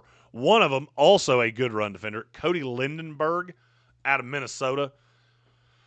He's never going to hold up in coverage, so he's a first two-down linebacker, but I do think he would be a nice split for the Rams with him and Omar Spates playing it on early downs, and then he would cede to Tony Fields later.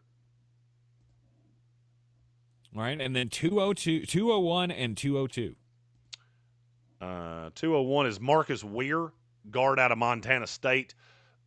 I really like the raw of him, but obviously level of competition is going to be a big jump.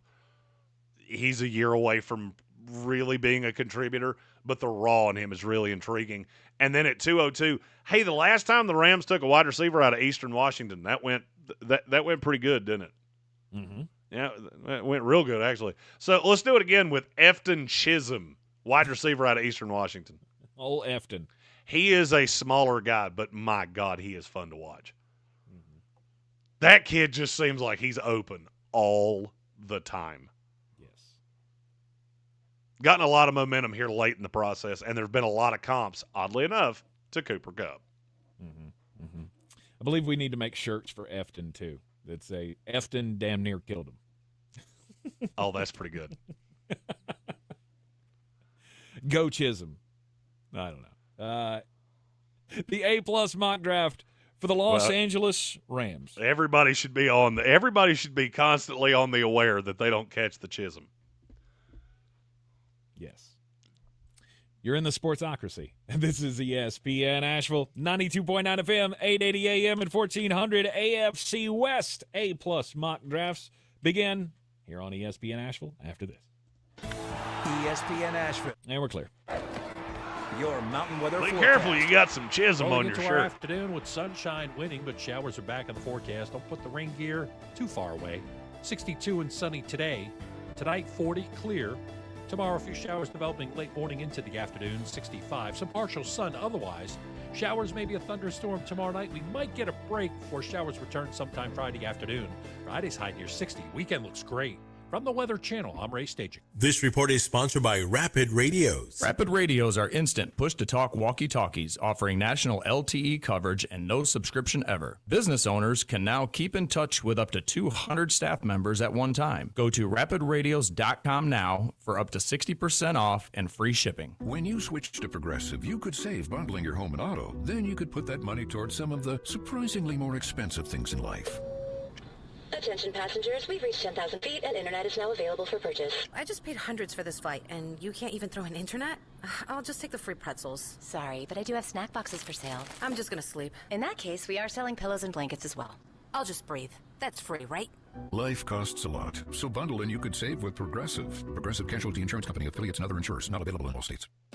When you're hiring, have you ever felt like you're missing out on meeting great candidates? Well, they're not hard to find when you go to ZipRecruiter.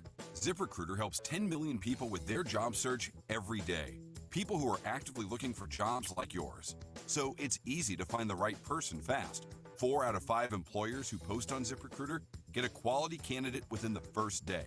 Try ZipRecruiter for free at ZipRecruiter.com/free. That's ZipRecruiter.com/free. From the very beginning, iHeart has believed in me. Even now, I still get excited when I hear one of my songs playing on the radio. Thank you, iHeartRadio, for honoring the truth I've fought for in my music. Because we believe in the power of music. All your favorite artists, all in one place. The free iHeartRadio app. Looking to buy or sell in Asheville? At Clarissa Sells WNC with eXp Realty, we're proud to be the #1 real estate team in Buncombe County. Give us a call, 828-774-6343. We're here for what matters most, you. When the springtime flowers are in bloom and the morning songbirds begin to greet you each morning, you know that the magic of Easter is right around the corner. Easter magic begins at Ingalls. In the aftermath of Hurricane Helene, we found out a lot of things about our community. We saw neighbors helping neighbors, and we learned in desperate times one of the best things to have around is a redneck with a chainsaw. Not just a chainsaw, boy, just country boys in general. When you live in these mountains, you figure it out. Like, you make stuff happen. After answering the calls for help that they heard on the radio, the Chainsaw Brothers are still here, making it happen the right way. Fair, insured, and local. Need tree help? Call the Chainsaw Brothers. 316-1013. 316-1013. This is JW. All right, so we're going Raiders here, and then we'll start the next hour with the Broncos. Parks Community Heroes. Mm-hmm. Okay. and the entire team. Yes, and from now on, I will only be referring to him as Efton damn near Chisholm. Hurricane Helene. Corey and his team founded Valley Strong Disaster Relief, dedicated to providing essential support to our neighbors in need. That is the dumbest name. At parkscommunityheroes.com. Experience the Parks Promise today at parksfordhendersonville.com.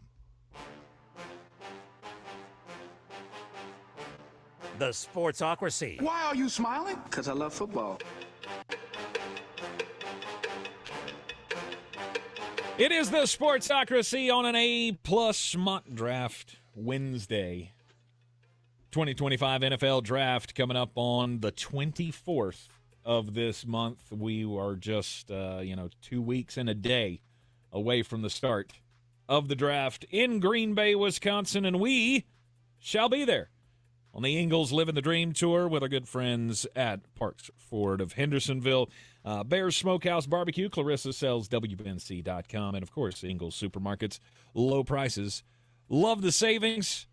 A-plus mock draft for the AFC West, the first AFC West team here. The Las Vegas Raiders. They pick at 6, and with Pete Carroll and Tom Brady now in the mix, they're in danger of making me kind of like this team. What can they do in the draft to push me over the edge? I'm still stuck on the trade up with the to get Travis Hunter. I mean, look, 2 of their 3 biggest needs are wide receiver and cornerback. So it's hard for me to get away from that. That's what I did here. The difference is I didn't trade up with the Giants this time. I traded up with the Patriots. If this Armin Membu thing with New England is true, New England's the team that would be most likely to trade back. Because if that's the case, that means they're sitting here at 4 and they like Campbell and Membu. And that has really gotten loud in the last few days. So I traded up with New England to 4, and I'm taking Travis Hunter. The running back thing does not make any sense to me. If you look at the history of Pete Carroll, name me the time that he has invested that kind of capital in a running back. Never. Also, you know what name I've started hearing a lot in the last probably 2 or 3 days with the Raiders? Jahdae Barron. What's that? At 6? Does Jahdae Barron really strike you as a guy that falls in line with what you see out of a Pete Carroll secondary? No. Pete Carroll likes longer-armed, longer-bodied corners. That's what Travis Hunter is. He's not crazy tall, and he's thin. But that really addresses 2 of your biggest needs if you're the Raiders. He's not going to play a full complement of snaps as a wide receiver, but you've got Jacoby Myers on the other side. You've got Brock Bowers. He didn't have to play more snaps with the Raiders. I also do not buy him going to the Browns. I know I've already said that once, but I really just wanted to say it again. Don't believe anything you hear 2 weeks before the draft. Mm-hmm. It's a very popular thought right now is that Travis Hunter will go to the Cleveland Browns, at least among a lot of the mock drafters.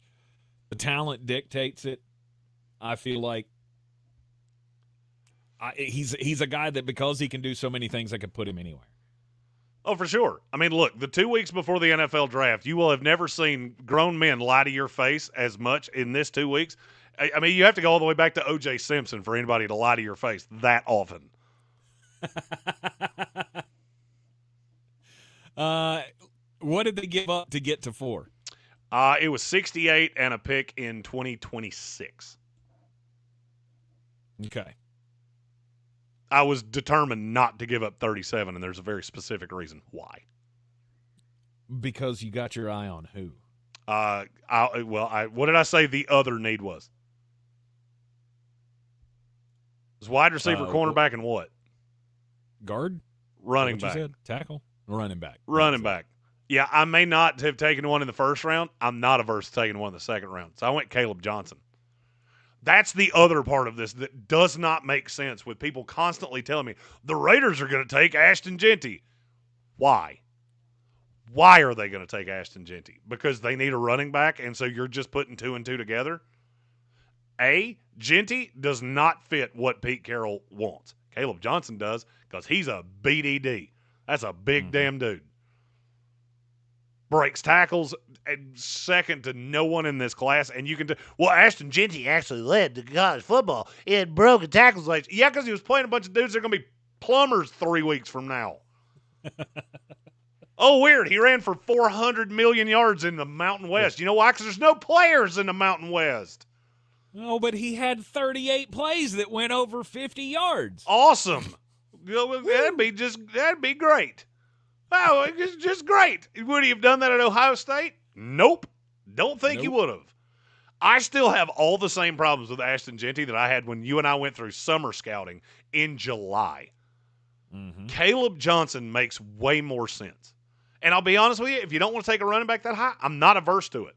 If you want to wait until 108 and take Dylan Sampson, you're going to get nothing. You'll get no objection from me. Slamming Sammy Joe in our YouTube comments is saying Ashton Jeanty would be like Saquon Barkley with the Giants. I agree with you. And you're telling me you're going to take that at 6? In the best running back class I've ever seen? That doesn't make any sense. Who do you think? Mike Mayock still in charge of this team? Oh, that was Raider fans. You can send your hatred to @Richard Spencer IV. Don't hate me. Hate him. He screwed up your team. I mean, I'm just telling you. If you walk away, I don't really care what you give up. You walk out of the first 37 picks of this draft, and you got Travis Hunter and Caleb Johnson. You have an A+, and I don't care if the rest of your picks are fictional Marvel characters. Your pick at 108 could be Tony freaking Stark, and I'm still A. So, reminder here, 68 went in the trade to get up from 6 to 4 with the New England Patriots. So, we skipped down to the 4th round at 108. 108, I feel like you got to get a lineman of some kind. Look, I'm very encouraged by what has happened with the Raiders line, but I'm here to tell you that the right tackle, DJ Glaze, he was not particularly good, and there were not a lot of people that felt like he was that level of prospect coming out of Maryland last year. I think there's a great chance that you're going to see Pete Carroll invest a high-end piece of draft capital in replacing that. But if you look outside of Glaze, that's really the only big hole I see on that team. So now you slide Charles Grant in on the right side, who, yes, I do love. okay. Yes, he's in more of these than any player. I did a search on it. I didn't realize I had Charles Grant in 7 of these. Sorry, okay? You get to a point, you go, hey, I need a guy that can play right now that's hyper-athletic, because that's what this coach really likes to do on their offensive line. Cool. I have one of those ready-made. The problem is there's only one of them. Yes. At least in this area. And we cannot cut the baby in half and give equal pieces to multiple teams. Nope, cannot. The funny thing is, I went top to bottom, and I realized as I kept doing this, the pick that Charles Grant went in just kept getting higher and higher and higher and higher. Right, because you had him just a couple of drafts ago going 101. Yes. Now he goes 108. Didn't want to audible. Is there anybody else to audible to in that if that happens? Oh, another tackle that would right here? Another tackle that would be worth taking about that area. If Wyatt Millam fell that far, Anthony Belton. Millam's the only one I can see falling that far. I mean, Cameron Williams would be too, but somebody's going to fall in love with the raw on him because he's 21 years old.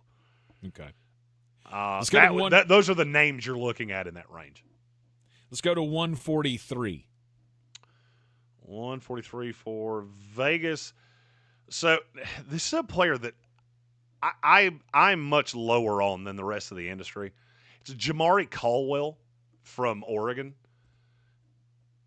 Can I ask you a theoretical question? I know you haven't deep dived on draft prospects as much as I have.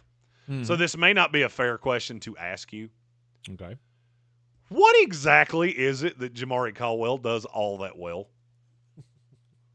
I'm going to guess it's not much. Well, I mean, he's good against the run, and people keep telling me, well, I mean, he's 6'1", 340 pounds. Of course he's got to be a nose tackle. You realize he's the weakest 340-pound man I've ever seen. Like, if we got into a weightlifting contest, I'm not sure I couldn't beat Jamari Caldwell. of which I am also a BDD, especially for a draft analyst. You see most draft analysts are about 5'7", about $140, and then there's this guy. 6'4", 305 pounds. Let's go. Only draft analyst that's built like an NFL offensive lineman. Colwell to me is a 3-tech. At very best, he's a 5-tech that plays on the outside in that odd man front. I just don't see a nose. Well, how do you protect that? Put it on a line with Max Crosby and Christian Wilkins. Mm-hmm. This is, and I really, when I saw this pick, I could not help but do this. Jamari Colwell is the definition of how differently I see guys with different teams. All right, so the Raiders, there is a possibility that all this is going to switch to a 3-4. I'm going to go out on a limb and tell you I don't believe that. I think this is a 4-3 team. It's built to be a 4-3 team. Colwell, if he goes in as a nose, I'm fine either way, whether he's drafted or not. Because I don't think he is that. But now you put him in this situation with the Raiders, yeah, he's pretty good value here. Because he's going to really shore them up against the run. And he's so big that you can't really just go one-on-one with him. You have to at least have a helping hand against him. Well, that means Malcolm Kuntz and Max Crosby, one of them's going to be single. They're going to see single. I don't see a negative in that. Oh, by the way, Tyree Wilson, yeah, he's there too. Mm-hmm. That gives me a pretty solid 5-man rotation on that front. Part of the trade up with New England included 144, the next pick in the 5th round. This is where I need somebody that can fill in that other outside receiver role. I mean, I know they like Trey Tucker, but Tucker to me strikes me as more of a speed guy out of the slot. So I went Dante Thornton Jr., wide receiver out of Tennessee. He's big and fast. There's not a lot to hate there. You got to teach him the nuance, but there's a lot of raw skill there. All right, and then? Here I went Cody Simon, slightly knowing that 3-4 was possible. Also not really caring because I think he can play outside linebacker in a 4-3 as well. He's more the veteran team captain guy that I just want on a pretty young Raiders team.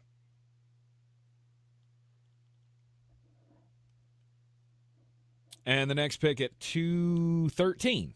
Arian Smith, wide receiver from Georgia, who apparently in the offseason, he bought himself a pair of hands, and he has learned to catch. Because his hands have been great both times I've seen him. I saw him at the Senior Bowl, I saw him at the Combine. And his hands were fantastic. They were terrible at Georgia. But he is taller than I thought he was. He's a legit 6 foot tall. And he is super fast. I would totally love this pick. The chance to be able to continue to rag on the Raiders with Arian Smith dropping balls, that would be lovely. 215, 2 picks later. This is a player that's met with a lot of teams. The Raiders were one of them, and that was at his pro day. It's B.J. Mays, corner out of Texas A&M. I have him as a priority undrafted free agent, but the more teams I see that have met with him, the more it makes me think he probably does get drafted about this spot. And the final selection at 222. Your final one at 222 is... Man, I even put him in I've got too many tabs open. Justin Jacobs that I was talking about earlier from Oregon. I didn't know we were going to split these by division, so he's one of those interesting linebacker prospects in a really bad linebacker class. The Raiders met with him at his pro day as well.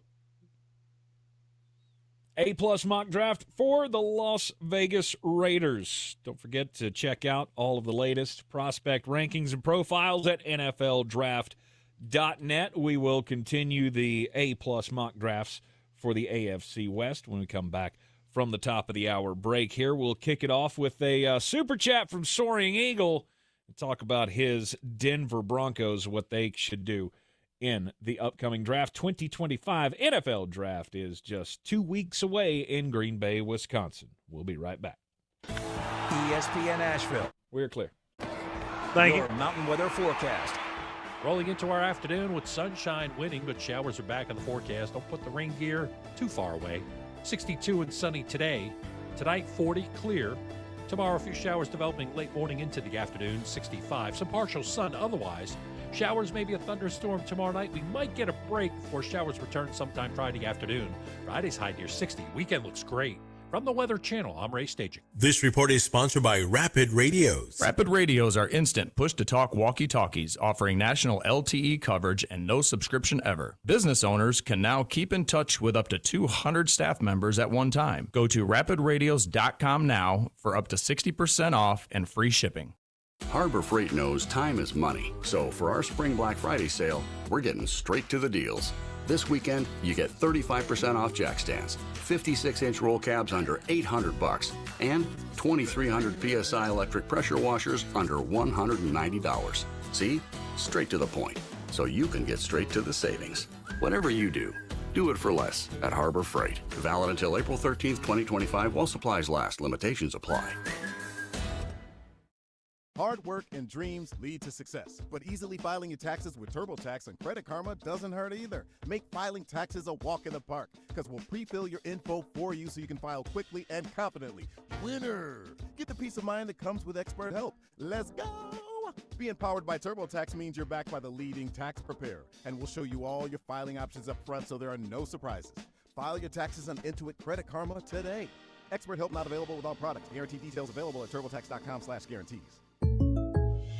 Buying a new house might make you say, "Shut the front door." "Winning! This is my house now, baby!" But you actually need to say, like a good neighbor, State Farm is there to help you choose the coverage you need. State Farm, Bloomington, Illinois. This Medical Minute brought to you by Haywood Regional Medical Center. Expecting a new baby? At Haywood Regional Medical Center, we help deliver joy. And when you have a new addition to the family, you want to give birth in the place that feels like home. Haywood Regional Medical Center has private rooms for mothers and families so you can stay close to the ones you love. Tour our birthing facility in person and see the comfortable rooms where you can welcome the newest member to your family. All right, so we'll go double Soaring Eagle super chat here to start the Broncos. Of a personalized birthing experience. Okay. Why we bring together a skilled team of doctors, nurses, and midwives right here in your own community for every delivery. Tell me when the last commercial starts, because I've completely lost the We offer clock. classes for soon-to-be mothers and their partners, so you can learn what to expect during labor, postpartum, and newborn care. At Haywood Regional Medical Center, we'll help you and your newborn live your healthiest life. Visit myhaywoodregional.com to learn. You still got a minute. This Medical Minute brought to you by Haywood Regional Medical Center. Looking to buy or sell in Western North Carolina? At Clarissa Sells WNC, we're proud to be the #1 real estate team in Buncombe County, selling over 100 homes in 2024. We represent both buyers and sellers, and with a personalized approach to meet your needs. At Clarissa Sells WNC, real estate isn't about properties, it's about people. Call me today, Clarissa Marshall, at 828-774-6343. When it comes to real estate, we're here for what matters most, you. At Ingles Weather, we're celebrating Friday night rivals, televising college basketball games, bringing the Fan Fest to semi-pro soccer, or taking you out to the ball game at your minor league park. It's all in the bag. Ingles, low prices, love the savings. Do better, be better every day. That's the Parks Promise. Our mission, to improve lives with every interaction. This is JW, General Manager at Parks Ford Hendersonville. Experience the Parks Promise today at parksfordhendersonville.com. That's parksfordhendersonville.com. From the Ingles Studio, WPEK Fairview, WMXF Waynesville, W225CJ Candler, the #1 preset in your car, and the new and improved iHeartRadio app. Free never sounded so good. Live from the Ingles Studio. I can't wait to play with myself every day. The Sportsocracy. Damn the devil to hell! Let the big dog see! Let him on the field! Come get you some of this. Fire them cannons! By golly, put more powder in those things. He couldn't take any more disappointment. Oh my God. The Jets killed him.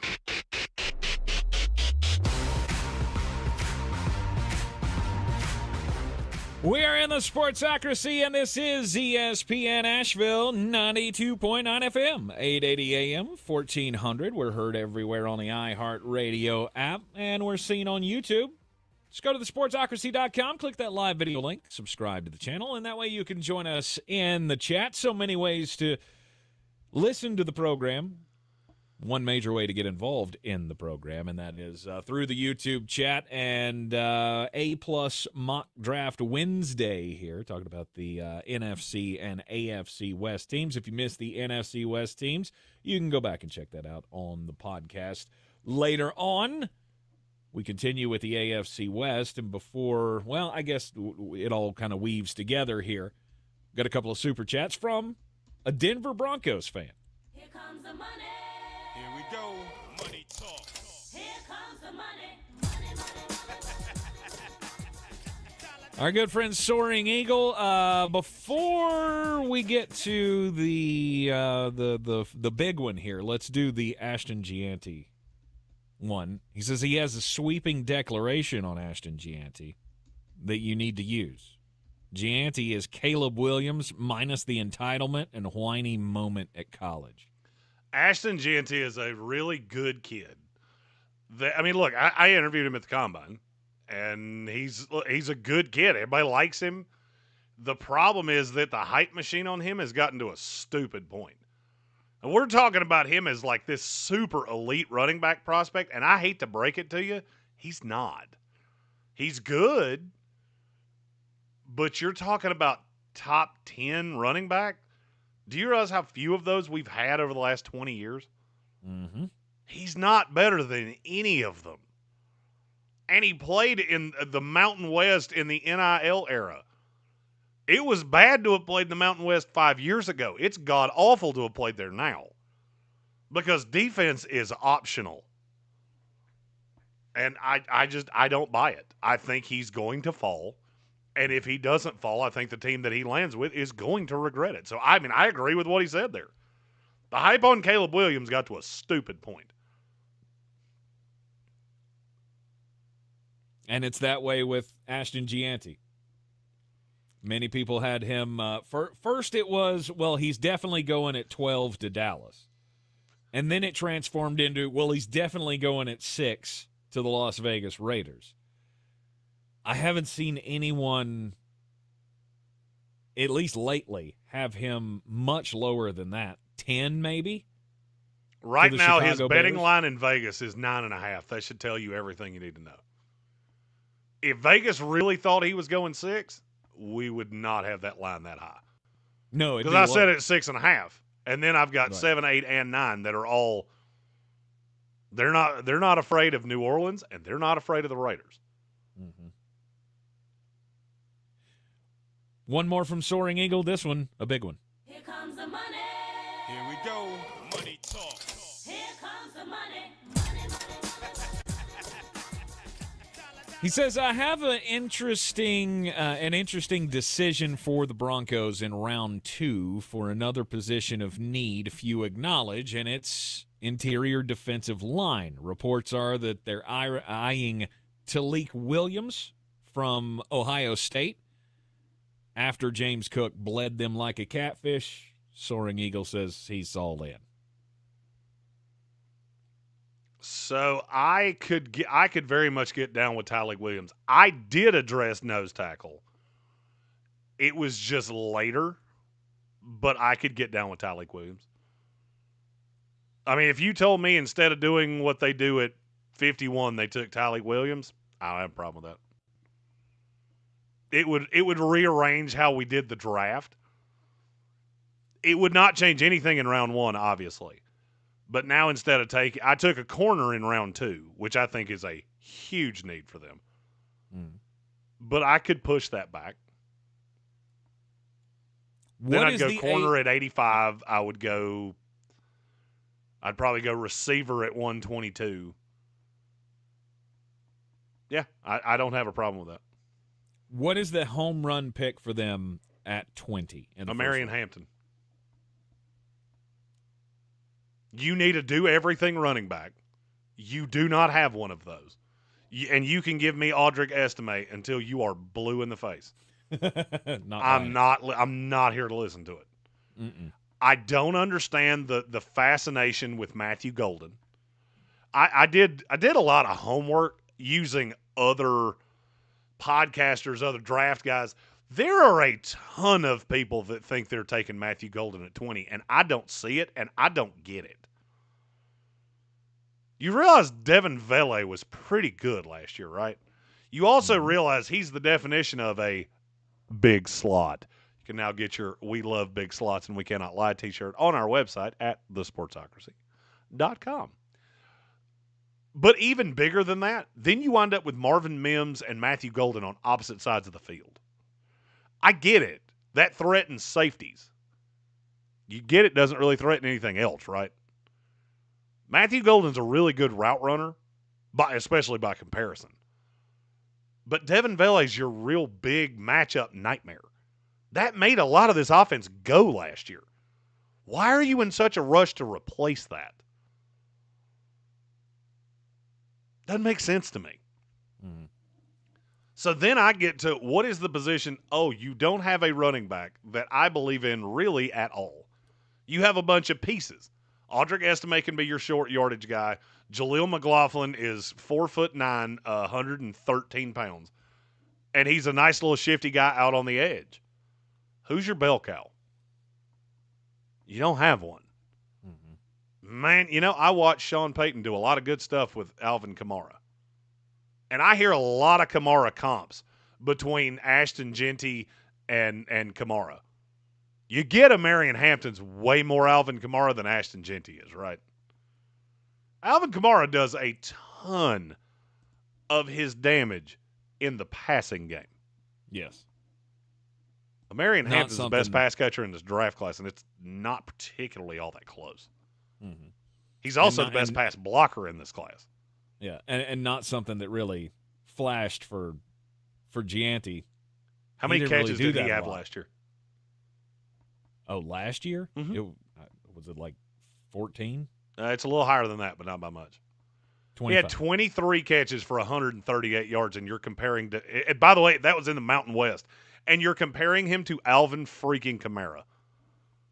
What am I missing here? Mm-hmm. Because that doesn't make a whole lot of sense to me.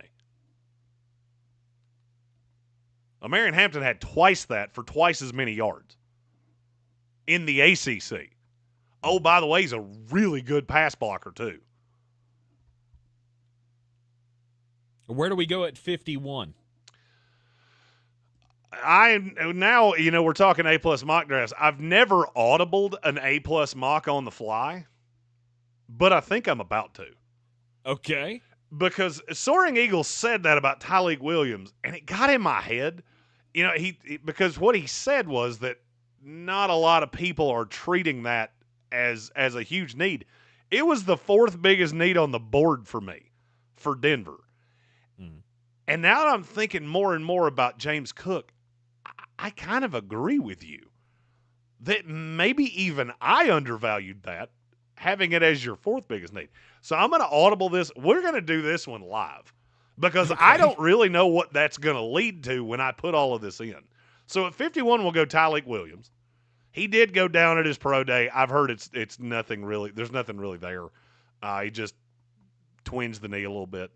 So you take Tyleik Williams, who is a monster of a human, and kind of reminds me of Vita Vea. You put that in the middle of that Denver defense. Oh boy, that's not a fun team to go up against now. Right. I love Tyleik Williams. Every time I watched Ohio State, I could not take my eyes off that beast in the middle. And I think he's going to make some team very, very happy at the next level. 85 for Denver. Where do you go now?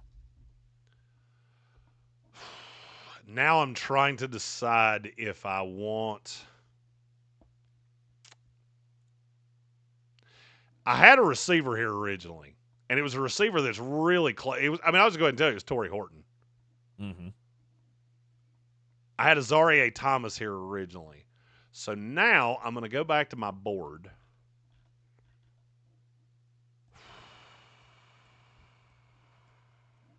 Torrey Horton, though, isn't he a slot?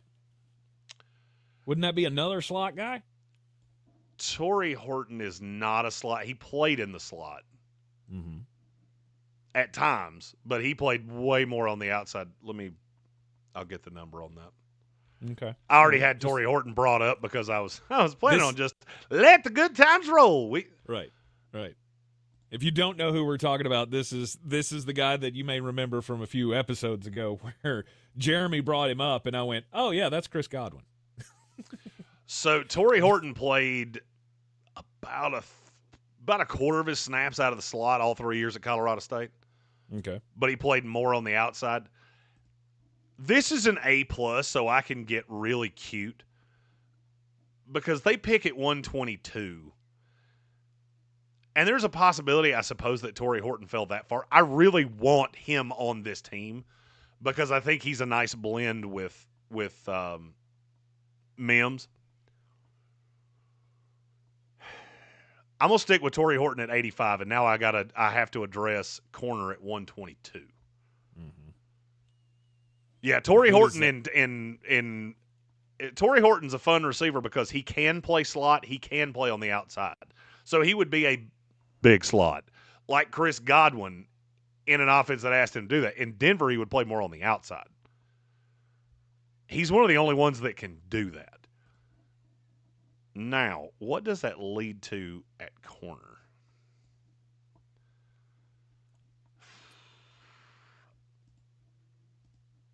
This is a real-life look at what it is like for me to do these. Does that get you to – I'm just trying to look at this sheet here, like a Jacob Parrish? Jacob Parrish is only a slot.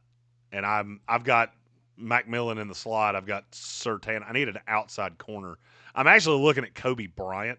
I originally had Harold Fannin Jr. here to be that joker because literally I've heard Peyton talk about this joker role 5,000 times in the offseason. I'm not sure that, and the Evan Ingram signing with that kind of changed me because he does a lot of stuff. He just can't block. I think I'm going to bypass corner and stay with Fannin at 122. And now I've really got to go corner. Or I've got to go into the free agency market and find somebody that can be a second outside corner. Well, you got 3 picks left. You can just take 3 corners and hope one of them hits. Yeah. I could do that. I'm not going to do that. But you're right, I could.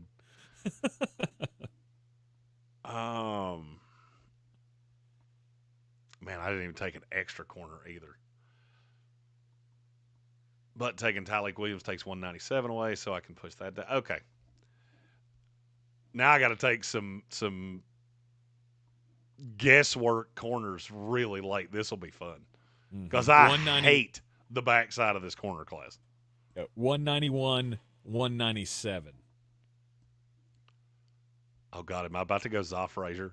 After I killed all these teams for asking me 5,000 everybody has a price. Well, and look, it wasn't that I didn't like Za. It was I don't understand why you're asking me so many questions about a guy that's a project, but he's a big project. I think I will go Za Frazier there at 191. Okay.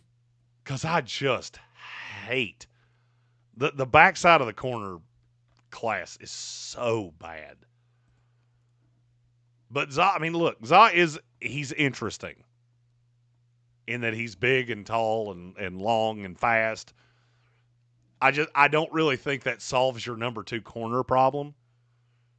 This is a really good look at how building a board works because one of the problems that I had is I originally had Jay Toya from UCLA as the nose tackle here for Denver.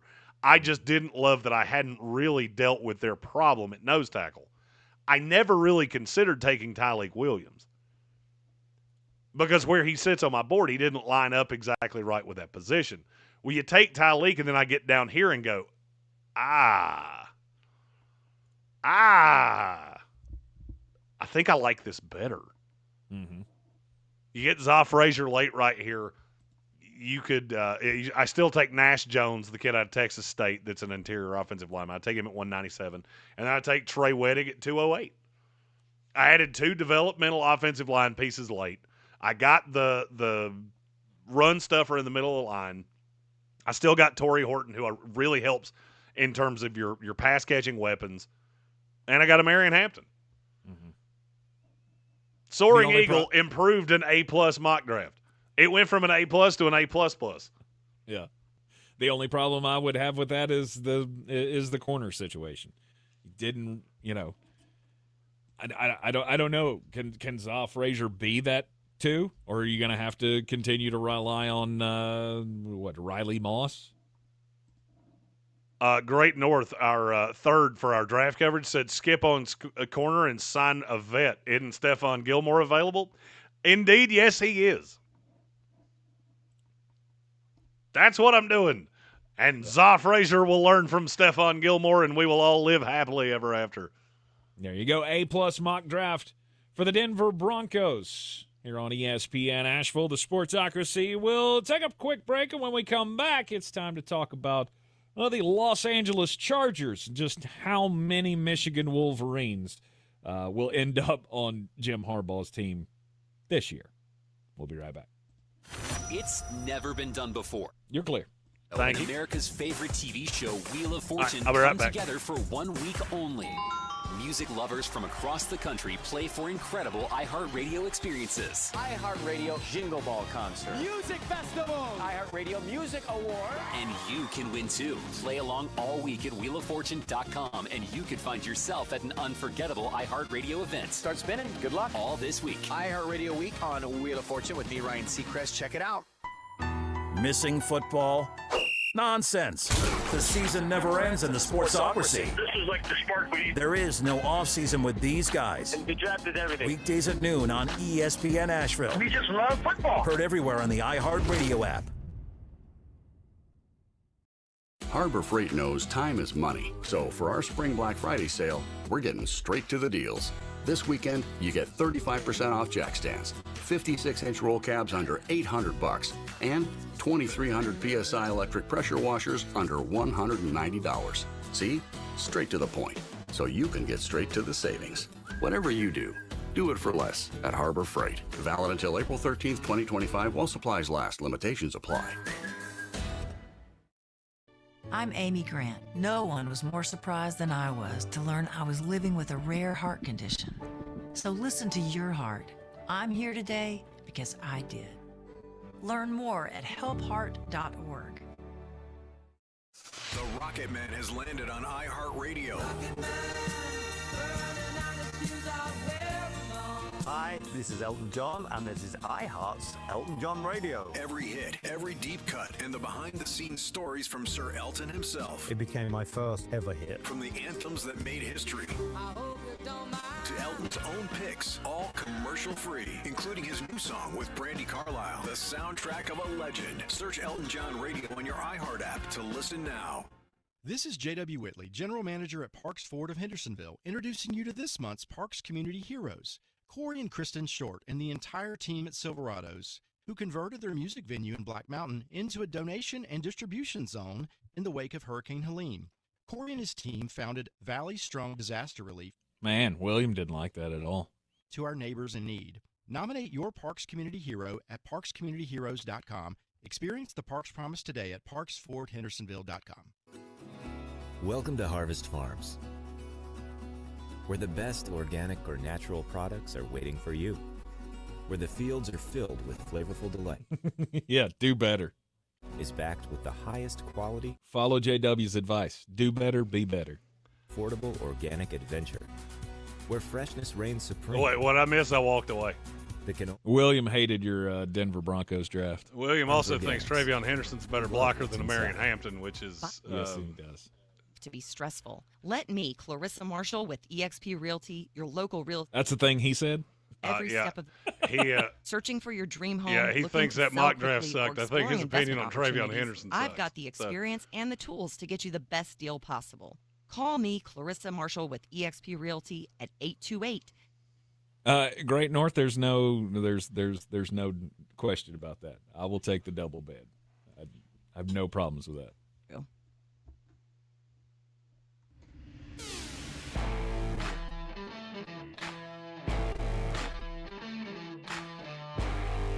the Sportsocracy. We're just dumber than a bag of hammers. All right, we are back in the Sportsocracy, and this is ESPN Asheville, 92.9 FM, 880 AM, and 1400, the Sportsocracy. Of course, heard everywhere you go on the iHeartRadio app. We're seen everywhere on the YouTube channel. Hey, tonight is a big night for one of our dear friends, Jeremy.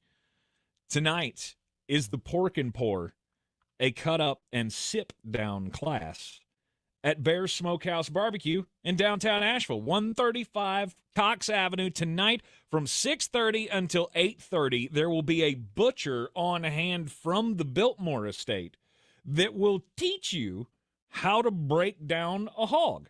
We all know you've wanted to do that all your life. You've wanted to know how that is supposed to be done and professionally. And a butcher from the Biltmore estate will teach you how, as well as have a little lessons on sustainable farming and such. Plus, Highwire Brewing is the guest brewer for tonight's Pork and Pour at Bear's Smokehouse Barbecue. So enjoy the Highwire beers while you learn, and I'm sure there will be opportunities for you to have some meat. Some of the best meat in town that you will find is at Bear's Smokehouse Barbecue. It is the official barbecue of the Sportsocracy tonight. 135 Cox Avenue downtown, Pork and Pour, a cut up and sip down class. You don't want to miss it. Check out all of the events at bearsbbq.com/AVL events for all the live music and other wonderful programs that they come up with there at Bear's Smokehouse Barbecue. Back to the A-plus mock drafts. It's time to bolt up, Jeremy. The Los Angeles Chargers A-plus mock draft. The biggest needs for Jim Harbaugh's team is what? Or are what? Excuse me.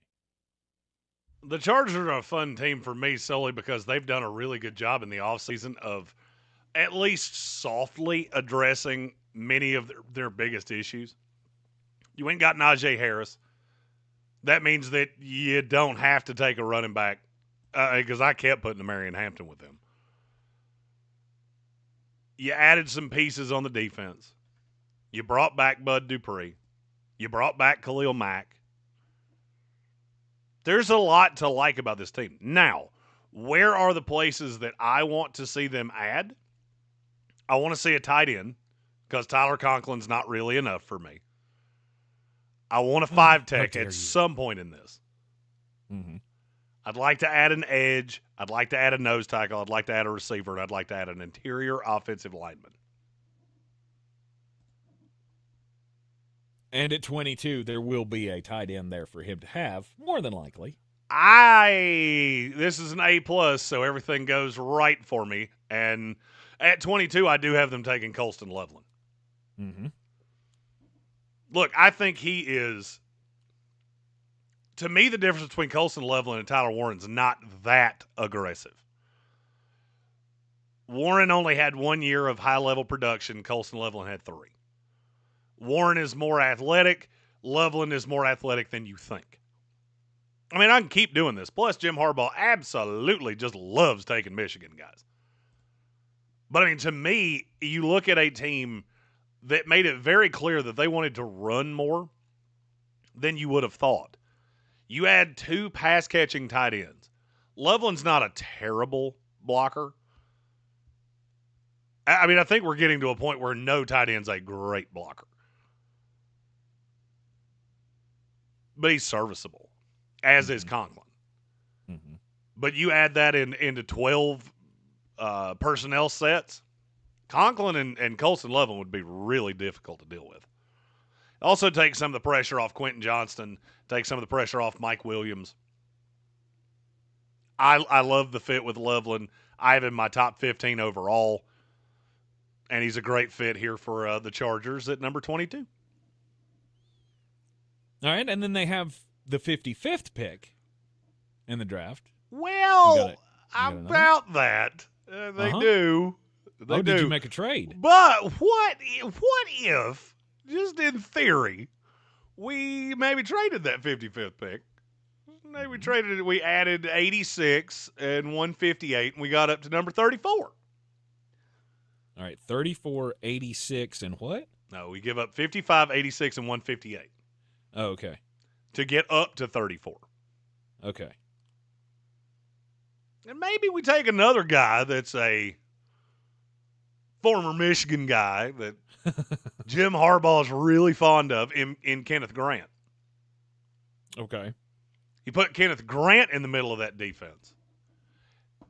That allows you to move Jair Tart out to the 5-tech. Because right now, the 5-techs on this team are bad. Scott Matlock and Adi Abanya. God, it's a hard name for me to say. They're not good. So if I can slide Jair Tart out, I think that's going to help me. I put Kenneth Grant in the middle of this defense. And so I've got Kenneth Grant, Tuipulotu, and Mack that are all three good pass rushers. Grant is inconsistent. But if anybody can get the most out of him, it's Jim Harbaugh. So you put him in the middle of this defense, and now I think I'm getting somewhere. I got two good young corners last year. Mm-hmm. Still got Derwin James in the back half, who's one of the best blitzing safeties in the league, and just a ball hog.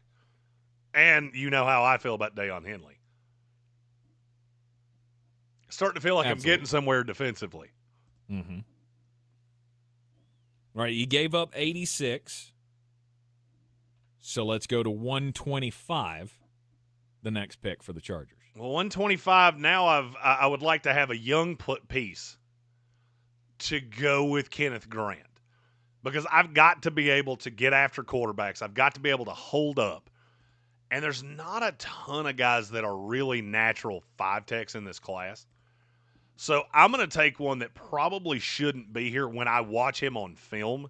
He gets pushed down everybody's board because he doesn't play necessarily the most sexy position. Savion Jones from LSU. 6'6", 280. Good pass rusher, good run defender. He's never really crossed that threshold. And the reason that I think he hasn't is because he was asked to play on the outside. Last year at LSU, 80% of his snaps were outside the tackle. That's at 280 some odd pounds. That's a lot to ask from a guy that's that big. Now you slide him to the inside. He's still young enough to learn the position. He's never really been asked to play exactly this position because it is different. I'll tell you a stat about him that I did not know until I went through the process. He had 43 quarterback pressures last year playing from the outside. That was the 8th most of all edges in the SEC. That's rather impressive from a guy that I think was playing out of position. And now my front seven is evil. Yes. Savion Jones and Kenneth Grant. You took Colston Loveland in the first round. Now after the trade to get up with Grant, you have 181 next? 181 was the next one that I see here. Mm-hmm. Carson Vinson, the guard from Alabama A&M. You did sign Mekhi Becton. I feel like you need a rotational piece. Vinson played tackle in college. A lot of people think he's going to kick into guard at the next level. I think he is just to me, he's a hydrant of untapped potential because he played at such a lower level. Am I telling you he can come in and play right away? I'm not. I do think he needs a year of seasoning. That also gives you a year to try to get everything out of Zion Johnson. I don't know that there's ever been a player that I've been more disappointed in than Zion Johnson. He's just never become that elite guard that I thought he was going to. Right. Vinson can be a depth piece because, look, you're taking him here at the mid to late part of the 6th round. If he becomes a swing tackle, great. If he becomes a guard that ultimately winds up being better than Zion Johnson, even better. One way or the other, he's going to have a spot, and he's going to be a really good depth piece on this line. The second of their 3 6th-round picks comes at 199. it pains me to like this guy as much as I do because he's a Florida Gator. Mm-hmm. But I saw him at the Senior Bowl, and it led to me watching more tape on him, and I've started to like him more and more and more and more. It's Chimere Dike. This kid had a 58% contested catch rate at 6'1", 195. He was also really good against man coverage, which is a great indicator that a guy can play on the outside. He played more in the slot at Florida in 2024, but had played almost exclusively out wide in 23. Tape was worse in 23, but I think he can kind of be a pick-your-own-poison. You know how much I love guys that can play multiple positions. Mm-hmm. I feel like DK can be a medium big slot, but also play on the outside. It just gives me some more flexibility. And I was really impressed at how well he moved when I saw him at the Senior Bowl. 23 had really made me just kind of chalk him up, and Florida wasn't good enough that I was grinding tape on him week to week to week. I was really surprised and pleasantly surprised at what I saw after I evaluated him coming out of the Senior Bowl. Can he count better than I do, though? That's the real question. It would be hard for him not to. Because the Chargers have 4 picks in the 6th round. I miscounted. They got another one coming up at 209, the third of the 4. It's Jacob Bayer, the center from Arkansas State. That would be a developmental piece behind Bozeman. He's been really popular in this process. And I'm starting to think that he's in that very late 6, early 7. I had a premium undrafted free agent grade on him, but I'm starting to think that maybe I might be a little too low. And then 214, the last 6th round pick. This is a guy that the team he played on makes my head hurt. It's Jaquindon Jackson from Arkansas. I had really not put much stock into him whatsoever going into the process. And then Isaac Tesla happened. And when Isaac Tesla happened, it got me to Andrew Armstrong. And then I realized this team has 2 of my favorite value receivers in this class. What else am I missing? Then I got to Jaquindon Jackson, who is an absolute hammer at 6'2", 230 pounds, and he runs like his hair is on fire. Doesn't give you much as a pass blocker. Almost kind of reminds me of a bigger version and a poor man version of Brian Robinson. Mm-hmm. But if you need 3 yards, he'll go get you 3 yards. And I'm looking at a guy behind Najee Harris, because you and I have talked about this. Najee Harris's workload makes me nervous. When they signed him, that was one of the first things I said. This kid's got a lot of tread off the tires. Mm-hmm. I need somebody for those short yardage situations because I don't want to put any more tread on him than I have to. No. And you know he's going to get plenty of run with a Jim Harbaugh system. For sure. 256, final pick of the draft for the Chargers. A well-traveled edge rusher that also he has one of the best names in the class. He started at Auburn. He went to Indiana. He wound up at Charlotte, and his name is Stone Handy. Okay, which Stone Hands is a good thing for an edge rusher. Well, you immediately went to Stone Hands. I saw that name and immediately wanted to make if it doesn't work out in the NFL, this kid will have a very niche OnlyFans. Mm-hmm. Yes. Stone Handy. Mm-hmm. See what you did there. Yep. Yeah. Yep. That's the thing I did.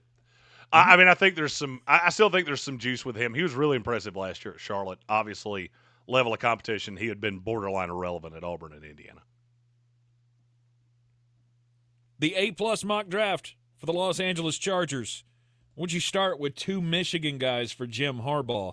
I guess that qualifies as A+. Colston Loveland at 22, and then a trade up to 34 to get Kenneth Grant, and adding some depth pieces beyond that. It always hurts the depth of a class when you make the trade up, but to walk away with 2 top 25 picks, picking at 22 and 34, that's solid. You're in the Sportsocracy. This is ESPN Asheville. Final A-plus mock draft of the day coming up after the break. It is time to talk about the Kansas City Chiefs. ESPN Asheville. Please. Your mountain weather forecast. Going into our afternoon with sunshine winning, but showers are back in the forecast. Don't put the rain gear too far away. 62 and sunny today. Tonight, 40, clear. Tomorrow, a few showers developing late morning into the afternoon, 65. Some partial sun otherwise. Showers, maybe a thunderstorm tomorrow night. We might get a break before showers return sometime Friday afternoon. Friday's high near 60. Weekend looks great.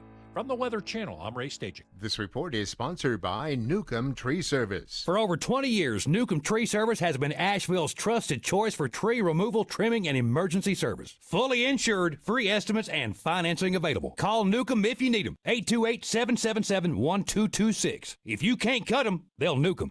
Barbecue season is back. Why is it's Owen, frozen and this pizza is Sarah so Beth. good? And a little thing we love about the Chick-fil-A Smokehouse Barbecue Bacon Sandwich is that zesty barbecue sauce. I love that it was a little sweet, a little tangy, and with the mac and cheese, I feel like I tasted the brown sugar bacon first. It was the absolute best. I feel like that's a trick question. 3 sandwiches are always better than 1. Order the Smokehouse Barbecue Bacon Sandwich and our Coca-Cola on the Chick-fil-A app for a limited time. Real guests paid for their testimonials. Wesley Financial Group is not a law firm. Are you a victim of the timeshare trap and think there's no way out? I'm Chuck McDowell, founder of Wesley Financial Group, the original timeshare cancellation expert. And I'm here to tell you that there is a way out. All you need to do is give my office a call. I will send you a timeshare exit information kit absolutely free, explaining how the timeshare industry works and your options for cancellation. Call Wesley now for your free info kit. 800-226-5454. That's 800-226-5454. From the very beginning, iHeart has believed in me. Even now, I still get excited when I hear one of my songs playing on the radio. Thank you, iHeartRadio, for honoring the truth I've fought for in my music. Because we believe in the power of music. All your favorite artists, all in one place. The free iHeartRadio app.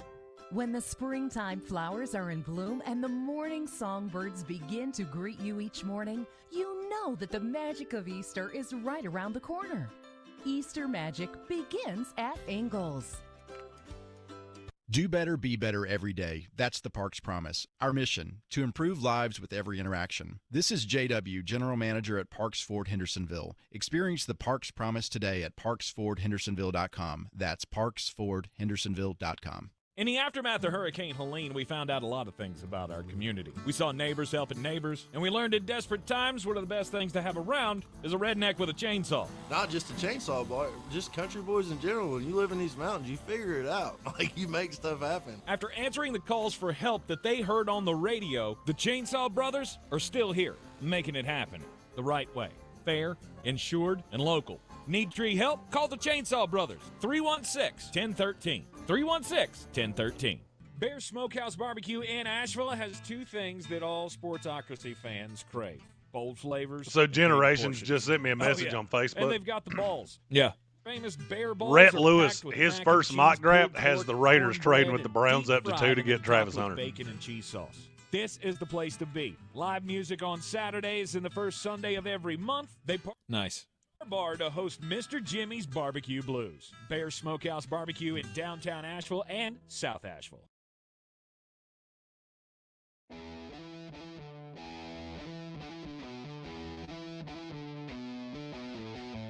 The Sportsocracy. We treat star athletes better because they're better people. That's not fair. Life isn't fair, kiddo. Get used to it. It is ESPN Asheville on an A-plus mock draft Wednesday. I almost said Monday because, mock draft Monday. It is coming up next week, and mock draft Monday next week will mark 10 days until the 2025 NFL draft. It is fast approaching here, Jeremy, and that means you only have a few more days left to get another 500 prospects graded. No more grades. We're done with grades. Although, make sure you cover everybody. Although I do love that people now are, because I'm doing so many different shows, especially shows with teams, I keep getting people sending me clips of guys. And I don't really have the heart to say, no, that guy's already on my board. I have an undraftable grade on him. because people get so excited about the guy. Like, look, but in these 3 plays right here, yep, that would be the 3 best plays that kid had in his life.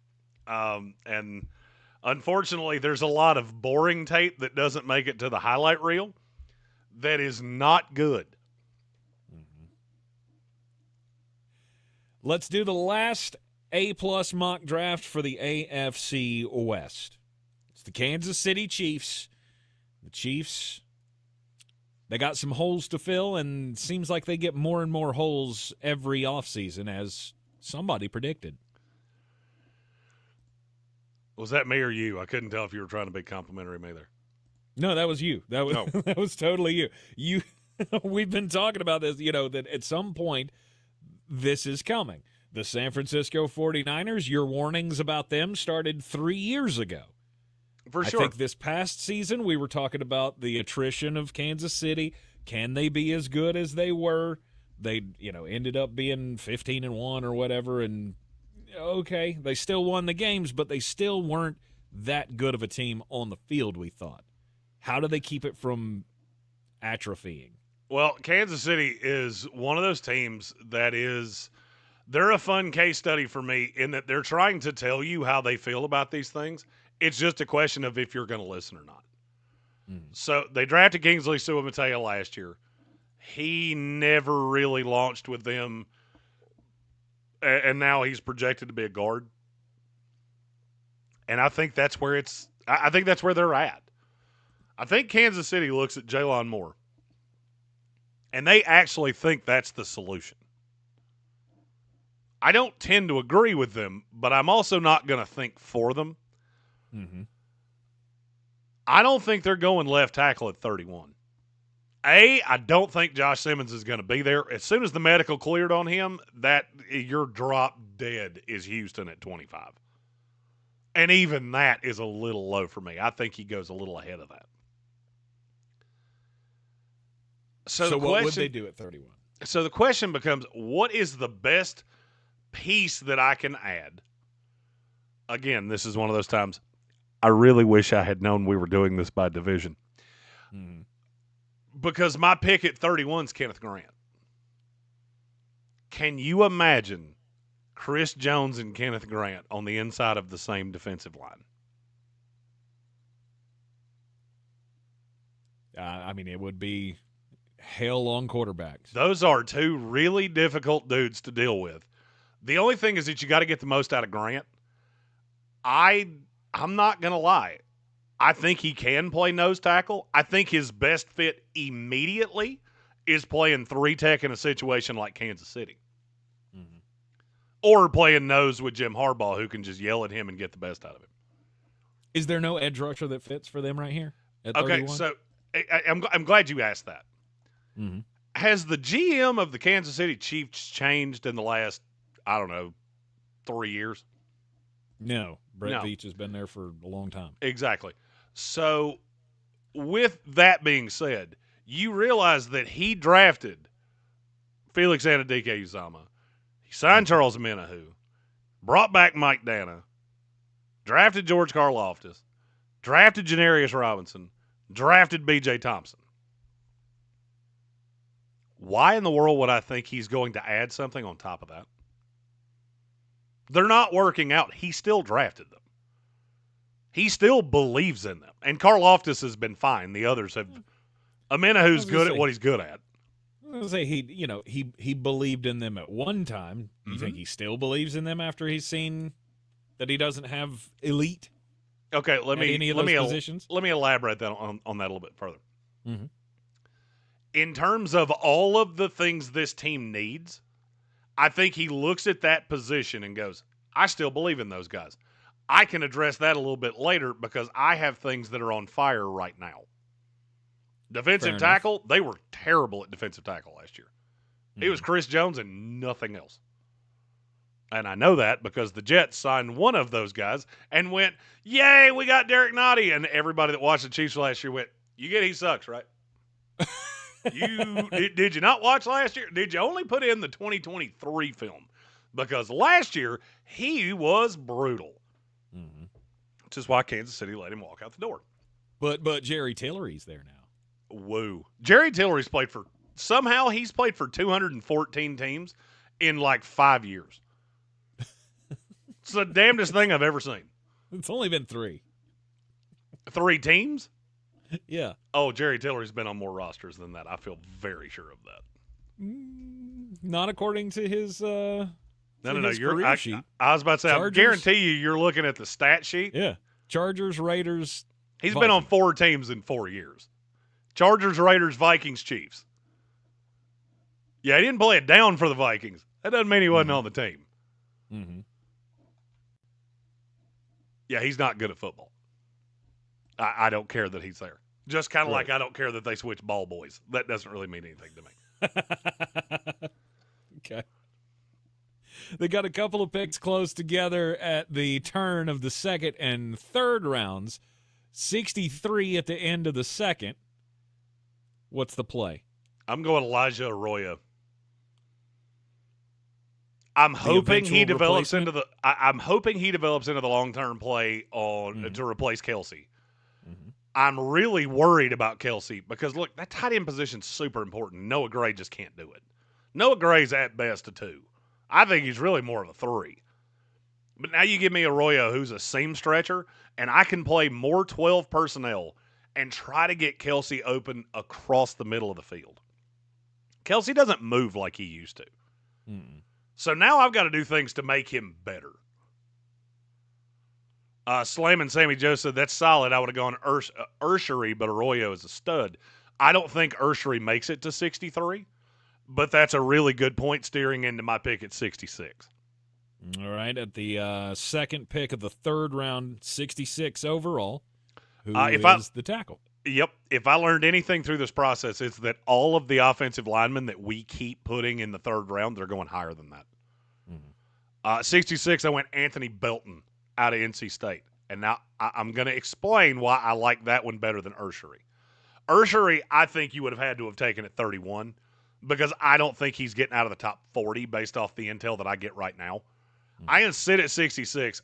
Anthony Belton's a better player right now than Ariante Urshery. Fact or fiction? Oh, is it a fact? I didn't realize that there was going to be a question to that. Anthony Belton is a much more developed prospect with a lower ceiling. Okay. Urshery needs to be developed. Here's the problem with Urshery. I already have one of those in Kingsley Suamatea. I need a guy that I can put in pen, not pencil. Anthony Belton, you're putting in pen. He's playing either right or left tackle over the course of time. He may not do it right now, but it gives you a really safe floor behind Jalen Moore. Because, look, Jalen Moore, over the course of his entire career, has played less than 800 snaps. He played 200 last year total.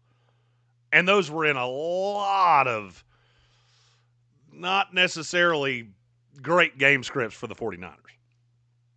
Anthony Belton might be the safest prospect in this class because I know exactly who he's going to be. So if you get into the situation you got into last year, look, we seem to forget Kansas City still got to the Super Bowl. It's not like they're just, sitting out on a life raft in the middle of the ocean waiting on the lifeboats to come pick them up. They had no audible. When that left side of the line, Thuney's getting beat like a kettle drum, they had no second step.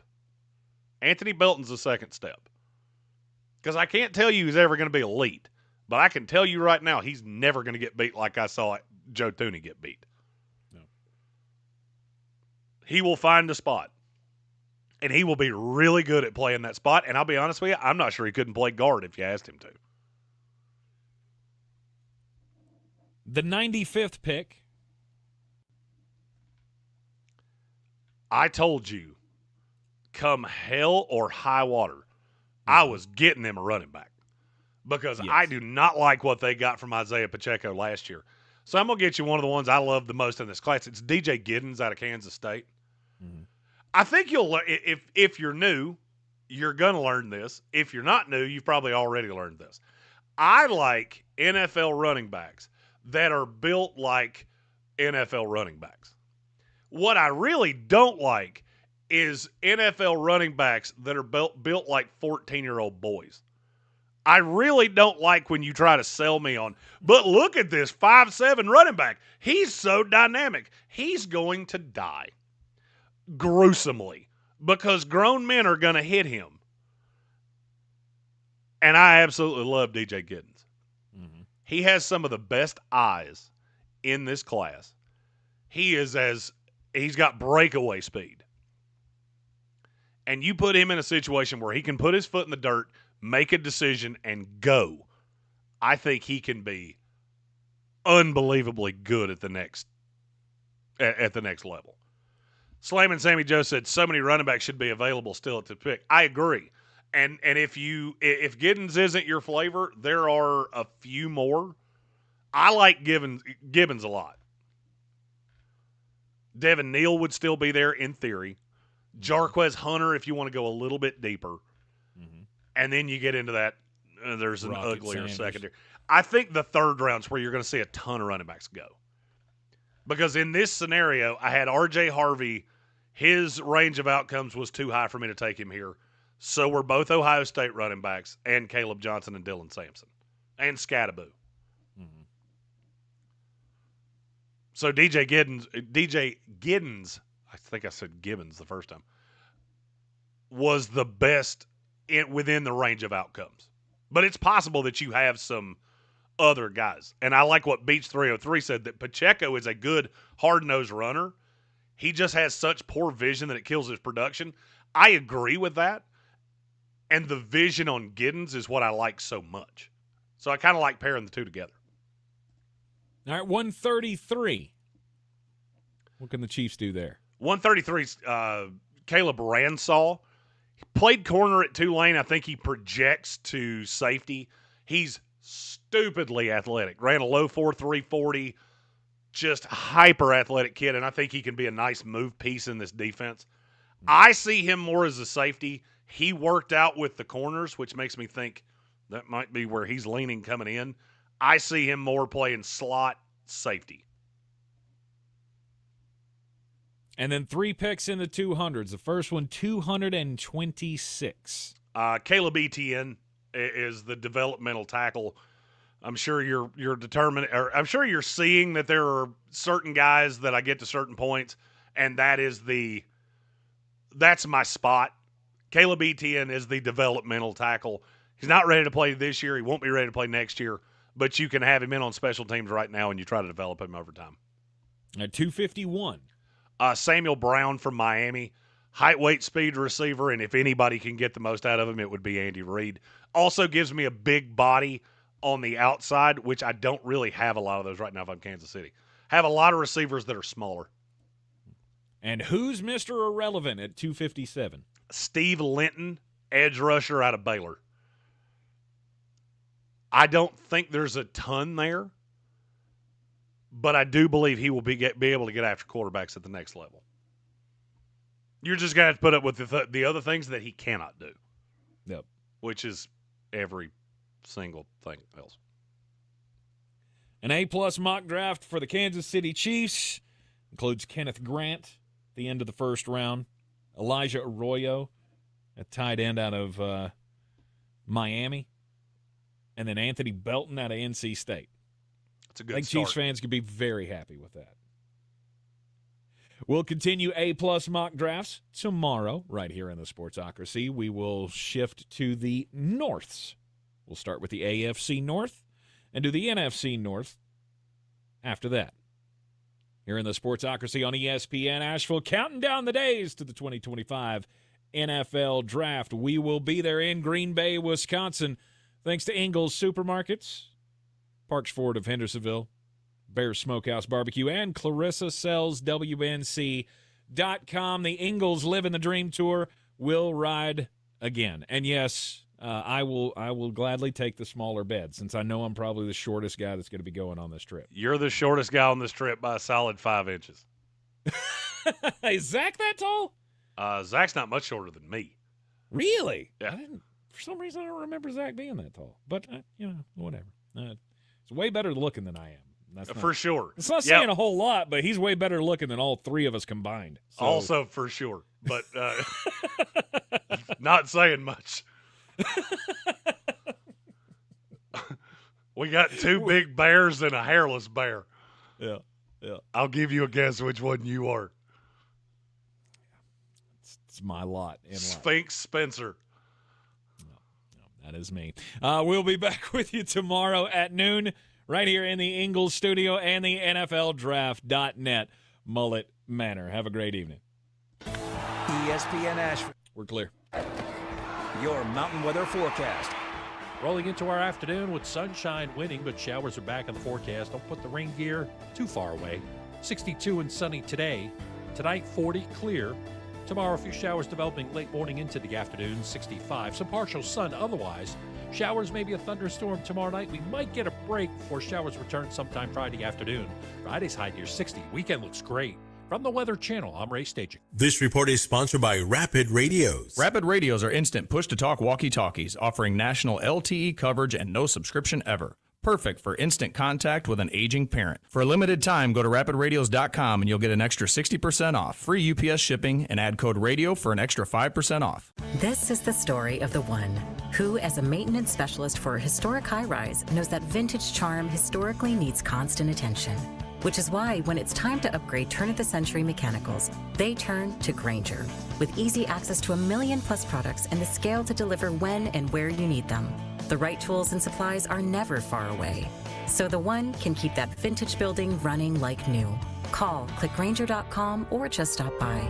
Grainger, for the ones who get it done. Taxes was not knowing your full financial picture. Now Taxes is getting and maximizing your refund all in one place. Credit Karma, where a TurboTax expert can do your taxes for you.